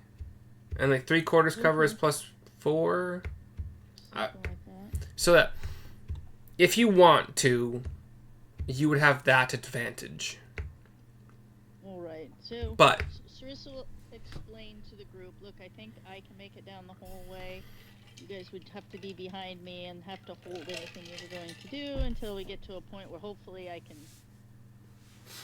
Oh, I'm just gonna have to fight like this. So do we want to try this? But yeah, you guys could also very easily all get across that trap. You can pick either hallway, and you'll probably be just as fine either way. How high is the ceiling? So Cersei's 10 feet. sitting in this hallway. 10 Everywhere. feet, so Sure. Rio could potentially like spring over me, or you Yeah. know what I mean, get over Yeah. the top of me, and Neil could fly up to shoot over me too if he wanted, right? Well, sorry, I thought you said Neil first. So Rio could spring over you if you were to duck down, like take a knee. Yeah. And Neil could fly over you even if you were at full height. So I'll discuss it with Rio. So That's a good plan. we can go down this hallway. I can act as a shield. Every time I go around a corner, I will automatically kneel down in case we need to. I need to be able to draw up my sword, and if Rio needs to, I don't know. Rio could potentially, if he needed to, jump up and steady himself on my shoulders, with me just holding my shield and shoot his arrow and then drop back behind me or something. Yeah, totally. That'd be great. There what? Sriss is super tanky, and I'm assuming Rio is very light because he's an elf. There was discussion of Adon being out. Is he out yet? No. Okay. Not yet. I didn't think so. I just want to make sure. So, and once we go down the whole way, if we get to where it opens up, we can then summon Adon, deal with the Will-O-Wisp that's down there. If it stays narrow like this, I guess we could summon Adon and just I could duck down and he can fight over my shoulder with Rio or something. Adon and I both can kneel down so that Rio can, yeah. Do we want to see if we can go down and find an area where it opens up?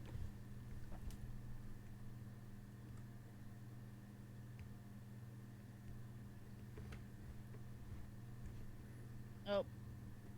Justin froze. Did he? Oh. Yeah. Okay. So, how about we'll go down this hallway, but every time we go around a corner, like, as we're going around a blind corner, Sarissa is going to stop and kind of duck down, and because Rio has dark vision too, I'll have him kind of I'll have him kind of be in my eyes. Does that make sense? Crouched over. So every corner, Rio is going to, take, one step onto your shoulder and peer around the corner? Yeah. Basically. That is... we're scrunched around, and then hilarious. She gets down, with a leg, and braces herself against the wall, and has her leg braced, and then Rio jumps up on her shoulders, and, what do your elven eyes see? They're taking the whole eyes and You have the same dark vision that he does. But... I know, but I'm holding a shield and stuff, and he has an arrow and stuff and can shoot ahead. Interesting. So that way, if there's something that needs shot, we've got Rio standing on me that can shoot at it, or, D&D does not generally allow for characters to share the same space, but it's funny. It might give you guys disadvantage on shit, but whatever. Let me get my fog tool back where I need. Okay, so you guys can see that. Okay. As you're bending around this corner, you would see, okay, I have a brush tool, right? So you'd see, you guys can see that, right? Yeah. Doesn't look great. There we go. That's better. We'll come around and this corner right here. Yeah, as you are getting around this corner, the Will-O-Wisp that's right here-ish,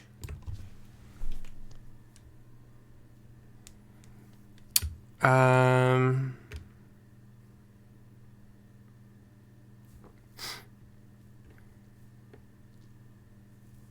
trying to figure out what they would do, because they have some built-in mechanics here. That guy would see you and roll initiative. Summon Don. Yeah, and Okay. my shield of faith is up. Oh, I got the fucking shadow. Gosh dang it. Oh, Shield of Faith is up? 22. That's pretty good. I didn't know you had Shield of Faith up. Okay. No, I said as soon as we saw one that he would summon a Dawn and I would fire up Shield of Faith.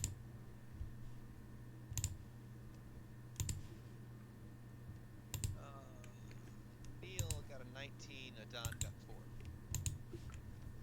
Sarissa got 12. Okay, so Sarissa's 12.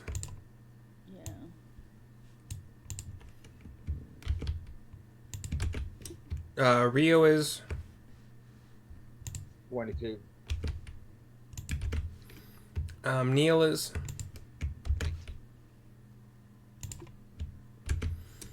19. and Adon is rough. Okay.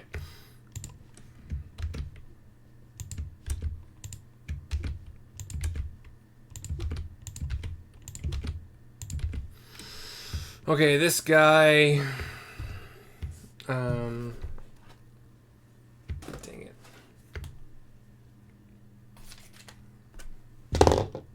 Oh man. Yeah. We're still in the hallway. I'm gonna say, like, Sarissa has ducked down too. So, as you guys are going around each corner, you wanted on every corner for Sarissa to be like ducked down and have Rio on her shoulders. Yeah, I've got the shield out in front of me. I've braced Yep. myself against the walls to hold me up because it's so narrow. You know, with Yep. one elbow or arm down on down on one knee, and Rio kind of can hop up onto my pauldron's shoulders. With So- his bow and arrow. Rio, we never actually got your okay on this. On every corner, you wanted to you're okay being on top of Sarissa, basically, to look around the next corner. I see no reason why not. Sarissa's the tank, so Okay. I'm Okay. the one who looks out long range, whereas she looks side to side. Elbows up, side to side. All right, so the Wisp rolled a natural 20 on its initiative, and its dex is insane. So it goes first, and it sees an elf atop sort of a tiefling. Where's my gallery? There we go.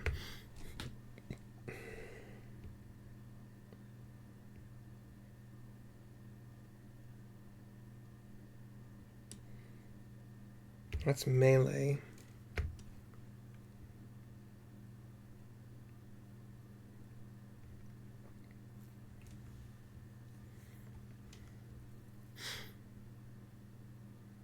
I don't. You know what? I'm so sorry that we had to roll initiative. I don't know if it would. Yeah, I don't think it's going to do anything. I think it's going to run.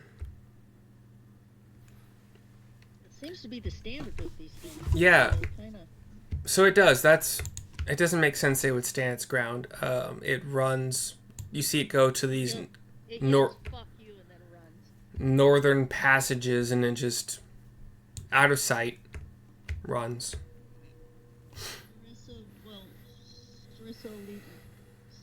Sarissa will quickly kind of. She knows that Rio can see, but she'll yell behind to Neil and Adon what's going on. Are we allowed to move? Like, can we move forward? We're out of combat. Unless you are specifically giving chase. No. Okay. We'll just keep moving. So Out of combat I then. wouldn't even. Yeah. So yeah, Sarissa will move forward and let Rio tell everybody which tunnel it went down. So, as you're moving into this section, this like lengthened left to right rectangular section, 2 sealed stone sarcophagi rest in alcoves dug into the south wall. Each sarcophagus releases... Nope, shouldn't have read that. Damn it, they should like really encode this better. So this is supposedly a stone box, and this over Those here is... 2 things are stone sarcophagi, yes. Okay. Alright.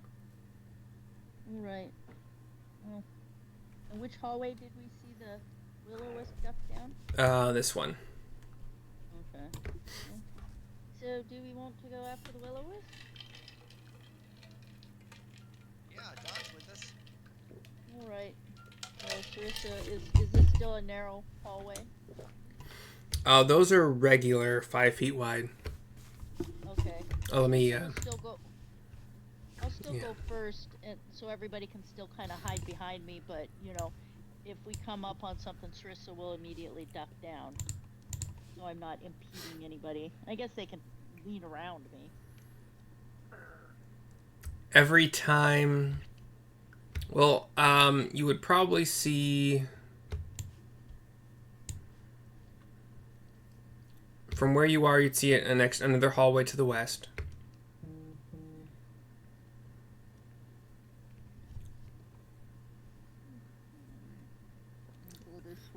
As you start to get that direction, you would probably see the Will-O-Wisp at this little junction here.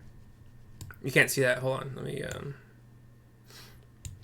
You'd see the Will-O-Wisp around this area, and it would once again run.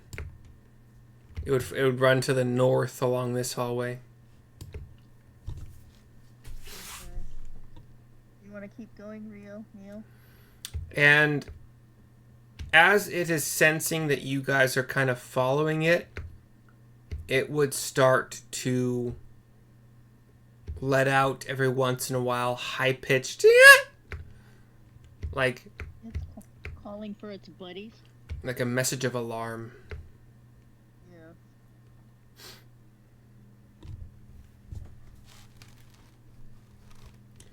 I wonder if we find the bodies of these Will-O-Wisps and just give them a hollow, burn the bones, salt and burn the bones.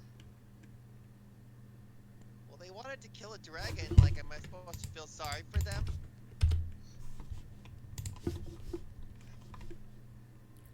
Yeah. So, in this world, can you salt and burn bones to release spirits, or no?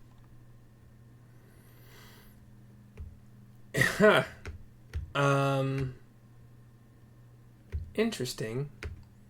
That's what they are. They're undead. They're unhappy undead that have what they, you know what I mean, that are basically trapped in this world. So if you, like, are they tethered to this world? So if you salt and burn their bones, does that release the bond, or? As a person who watched every single episode of Supernatural, Yeah. and also like read a bunch of the Dresden File books. Read them all. I think I'm caught up, but I don't know if they've released a new one. Oh, they're so good. He's on. Oh my God! So good. They get better as they go. Like the first couple, you're like, yeah, they're okay, and then by you get to number 3, you get sucked in, and by number 4, oh, hook, line, sinker. They were good from book 1 for me. Yeah, I loved him, like especially the werewolf one with the Lugaroo. But I think he's up to 18 now. I've seen the TV show. No. What? It was. They had one season of it and it was canceled, and he had a hockey stick instead of a wizard, and they put him in a fucking Land Rover, and he was like a 5'6" guy with short hair. That's stupid. Like, yeah, it was so. They made Murphy like. Just don't. Nope, not gonna. No, it was. Oh, and you don't even want to know what they did. Yeah, just. Nope, not gonna. Yeah. Yeah, don't do it. It was so disappointing. Rings of Power level of disappointment times 100. We're getting close-ish to the end of our session. However, nothing much has happened except for some fleeing. We know what we're gonna do next time, and it can give you time to decide. Like, do we have I know what's gonna happen. I know. Them that way, or? I know what will happen depending on which paths you choose. But that's how all DMs pretty much do it. Like, yeah. I'm gonna. Choose your own Yeah. hunter. The salting and burning of bones, like, is that an option? If- Versus just having outright kill them. If you could find their bones, Yeah.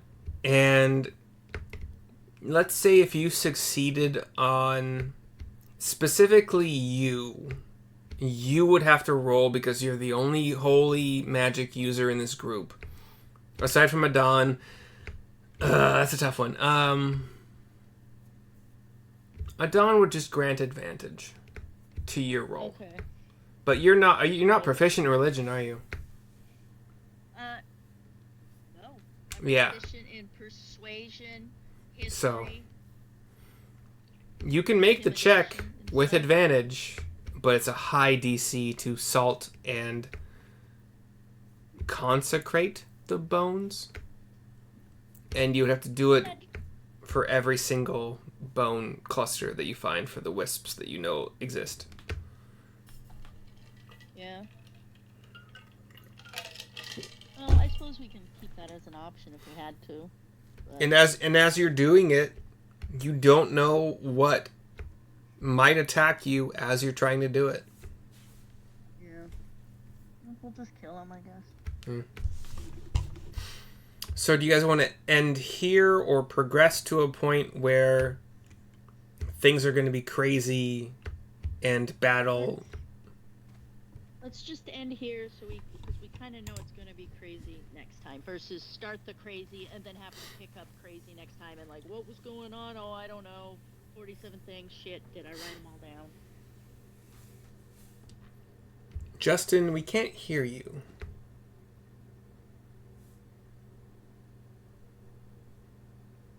Still no. Muted. You're not Discord muted. And I see you playing with a switch on your head. There we go. There it is. Yeah. We can hear him. There you go. So we exploring a little bit more. I was just saying, I thought it was going to be crazy from the beginning of the session tonight. And, You guys move so slowly that craziness is... Alright, it'll be crazy next time. Sure. Plan craziness. That's what she always says. Right? But I'm I didn't know I enjoyed our little foray into archaeology. Yeah. I almost said we're gonna go down an inch at a time, and I need opening measurements. Like I literally almost said that, and I was like, how to have your DM hate you in 5 easy steps. yeah. Well, I used to be a paid archaeologist, so I'm not very good at explaining in layman's terms what I'm trying to say. I just No. don't even know the word. Archaeology is slow though, and Oh yeah, I know. D&D is not, but like I have I listened to and watched a Joe Rogan episode where they had a 20-year archaeologist versus the guy who is it Graham Hancock, I think his name is, who Oh fuck that moron. Oh, you know about this, do you? Oh Jesus, I can't. Graham Hancock is like, just don't. Privilege.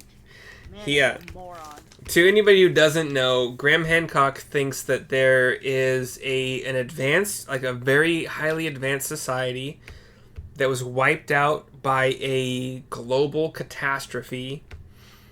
And the only reason we haven't seen signs of their existence is because we've only searched archaeologically like 1% of the Sahara Desert and like 5% of the Arctic something. I don't remember what it was. Yeah, any place that is just so inhospitable for the last 3 million years, that's obviously where it is. Yeah. It's obviously Yeah, and that's the thing. not been habitable to humans in like 3 million years, but yeah, sure. Yeah, he's like this species, this society existed worldwide, and the only reason we don't know for sure they exist is because archaeologists haven't searched the entirety of the Sahara Desert and the entirety of there were 3 different spots. Yeah, and then he tries to explain Göbekli Tepe. Yeah. And he's talking about Indonesia, where there's supposedly a 27,000-year-old pyramid under the ground when it's fucking geofacts, and then he's got this nuclear explosion obviously melted this staircase when it's just sandstone that's been worn down from 5,000 years of fucking sand blowing No, over it was and a people nuclear walking blast. about. It was a nuclear blast. Oh my god! And- I just cannot with this guy. He and his wife, like, to his credit, he and his wife have like a ton of dives into waters where there are these like stone formations that he claims are entirely human made, human carved, human sculpted. They're all Yeah. real fact. And Geologists have even said so. well, he had geologists dive with him. A couple of them said these look man-made, and a couple of them said they look like they could be naturally made. And Let's just say Graham Hancock is not the only nut job. You can always find other people that they already know in their mind what they're looking for, rather than just looking at the Yeah. evidence and failing to disprove your hypothesis, like Yeah. the opposite of the scientific method. that's the thing he said the most that pissed me off the most during this podcast is, like, he said, well, archaeologists have not proven my theory to be false. And I'm like, you could come up with so many theories that you can't prove to be false. It doesn't make them But true. What he doesn't understand is the scientific method is you never definitively prove anything. You simply Yeah. fail to disprove. For something to go from a theory to a law, you need to simply have failed to disprove it. Doesn't mean it Yeah. can't be disproved down the line. So the way he formulates these hypotheses are opposite of the way the scientific method is done. Yeah. And it makes no sense. And So and there are so many conspiracy theorists that just desperately want this stuff to be true.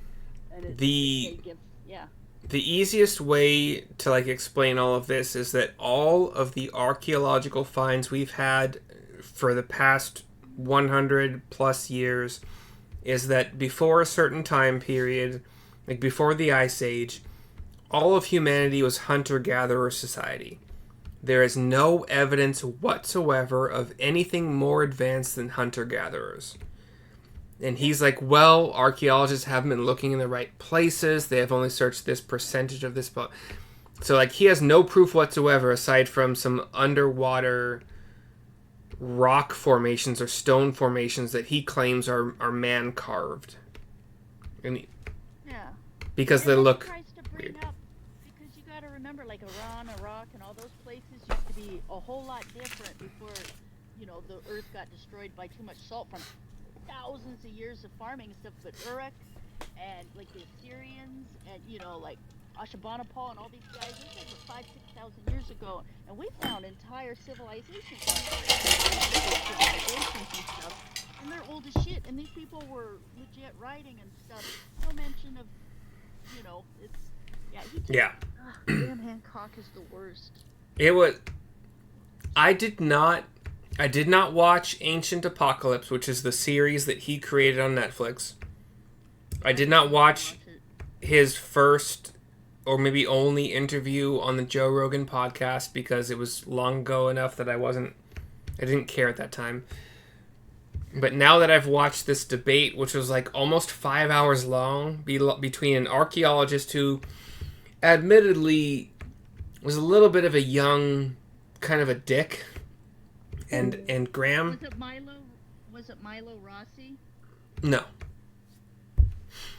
I don't think that Bye, Justin, by the way. No, this guy would have been 38 to 40 at the very oldest. He was dressed as if he has no idea what fashion means. He was like tweed coat. Spent all his time out in the field. Yeah. 1 millimeter at a time, excavating like differentially fired pottery and jade. It's like I was down there at Tres Zapotes, where the very first Olmec head in 1847 was found in the rainforest down there on the Yucatan Peninsula, and we were excavating, and we got the bottom of Stele A, which is in every fucking physical anthropology book on the planet and stuff. It's like, this Graham, he's just a moron. They talked about the Olmec thing, and where people thought like the Olmec heads were carved in. Yeah. And there's there's some racism behind that because of the shape of the heads versus. No, they've just got, like, some of them have flatter faces and stuff, but it's nothing too out of the ordinary. And they've got rocks at Sempoala where they used to carve on these snake-like, and there's ball pits. I was out down there in the 90s when this shit even, there was no internet. Yeah. So, Graham is just a crazy old man with way too much time and no education. I thought it was a fun idea until I started to like listen to an actual archaeologist and how there really is no evidence whatsoever for this, and the whole the Younger Dryas impact theory is interesting for sure. Yeah, and then they've even though it's not archaeology, as far as the Missoula flood and stuff, how we've got these huge erratics laying all the way from where Lake Missoula was, clear spread across eastern Washington, and you're like, oh, we can go back hundreds of thousands of years and figure out what went on, and you think as an archaeologist, I don't want proof of this shit? Oh my God, that would be so awesome, but it's just not there. He brought up like I think about 3 instances in the history of archaeology where there were archaeologists who brought up new findings and said, hey, these new findings could mean this, and whatever society of archaeology existed at the time like shouted them down and demonized them and said these people are pseudoscientists, they don't know what the fuck they're talking about. And all 3 of those cases, those archaeologists were proven to be right eventually. So Graham is under the impression that there is a society of archaeology that really hates new ideas and doesn't want to be proven to be wrong. It's always like that. But the thing is, nowadays we have such more advanced. We've got, LiDAR. We've got all this stuff we didn't used to have, and so it's different. So those old arguments don't really hold true anymore. Because back when they said, oh, we didn't have evidence, well, fuck. There weren't telephones, there wasn't the internet, there weren't, so there was no, but nowadays when you say there's no evidence, no, really, there's no evidence, and we are looking. I mean, the scientific method nowadays. I understand what he's saying when like only a tiny percent of the Sahara Desert and a tiny percent of like the Arctic shelf or whatever areas of the world he's pointing to have actually been excavated and surveyed. I get that, but that's like saying I'm probably right because you guys have only surveyed X, like a tiny percent. Like, no, you haven't proven any part of your theory. Yeah, exactly. And it's like he's trying to make it sound like places that were habitable were completely never habitable before, and the places that are no longer habitable for the last few million years were the only places that were habitable. That's not how that works. Yeah. And we've had continents moving and everything. It's just, exactly. Like I said, it would be awesome. Oh, you don't think I wouldn't be the happiest person on the planet? They think that they might have actually found like a 130,000-year-old, which would be, you're getting back at very beginning, you're more almost into like Homo erectus territory, Homo habilis territory, where there's some processed bones and stuff. And I hope that's true. I hope those are really tools, and I hope that was a processing area for, Pleistocene mammoths. That would be awesome. But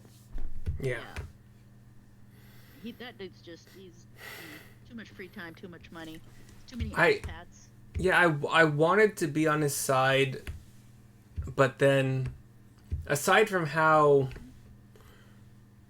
the younger guy who was the actual archaeologist, he was in like the news, in the press years back, trying like. He was like, Graham is using sources that the Nazis used in the past, and like that's a stupid ad hominem kind of argument that should never have happened. But the only way you need to refute Graham Hancock is by saying archaeologists for the past 80, 90, whatever years have zero evidence ever of this thing that he's saying exists or existed. All of this advancement we've had, and like I said, if you talk to any archaeologist, it would be so awesome to find a 100,000-year-old. Yeah, that would be just fucking amazing. Yeah, but it'd be the find of the century. Oh, it'd be the find of there's just no evidence. And the way he poo-poos down just basic scientific methodology, and he always goes with the most far-fetched. He never uses Occam's razor, and it just it gets to the point where I can't. So that was a fun episode. Yeah. So okay, I'm gonna go eat dinner. we'll go nuts next time. Sure, we will. Yeah. Okay, All right. John. I will text you. Interesting to hear that discussion. Yeah, I'm sure. Yeah. We can get into, like I said, we can always have these kind of discussions. This was, yeah, it just. And I don't mind crazy conspiracy theorists, but they're taking it too far and just discounting all the hard work scientists have done for years, and just borders on, smacks of arrogance at this point. So it's unfortunate. And don't get me going on Zahi Hawass and the fucking pyramids. Oh my god, I hate that guy. so Learner. it's been a fun episode tonight, y'all, and I'm ending it now. Sweet. Okay, bye everybody. See you guys next time. Bye. Looking forward to it.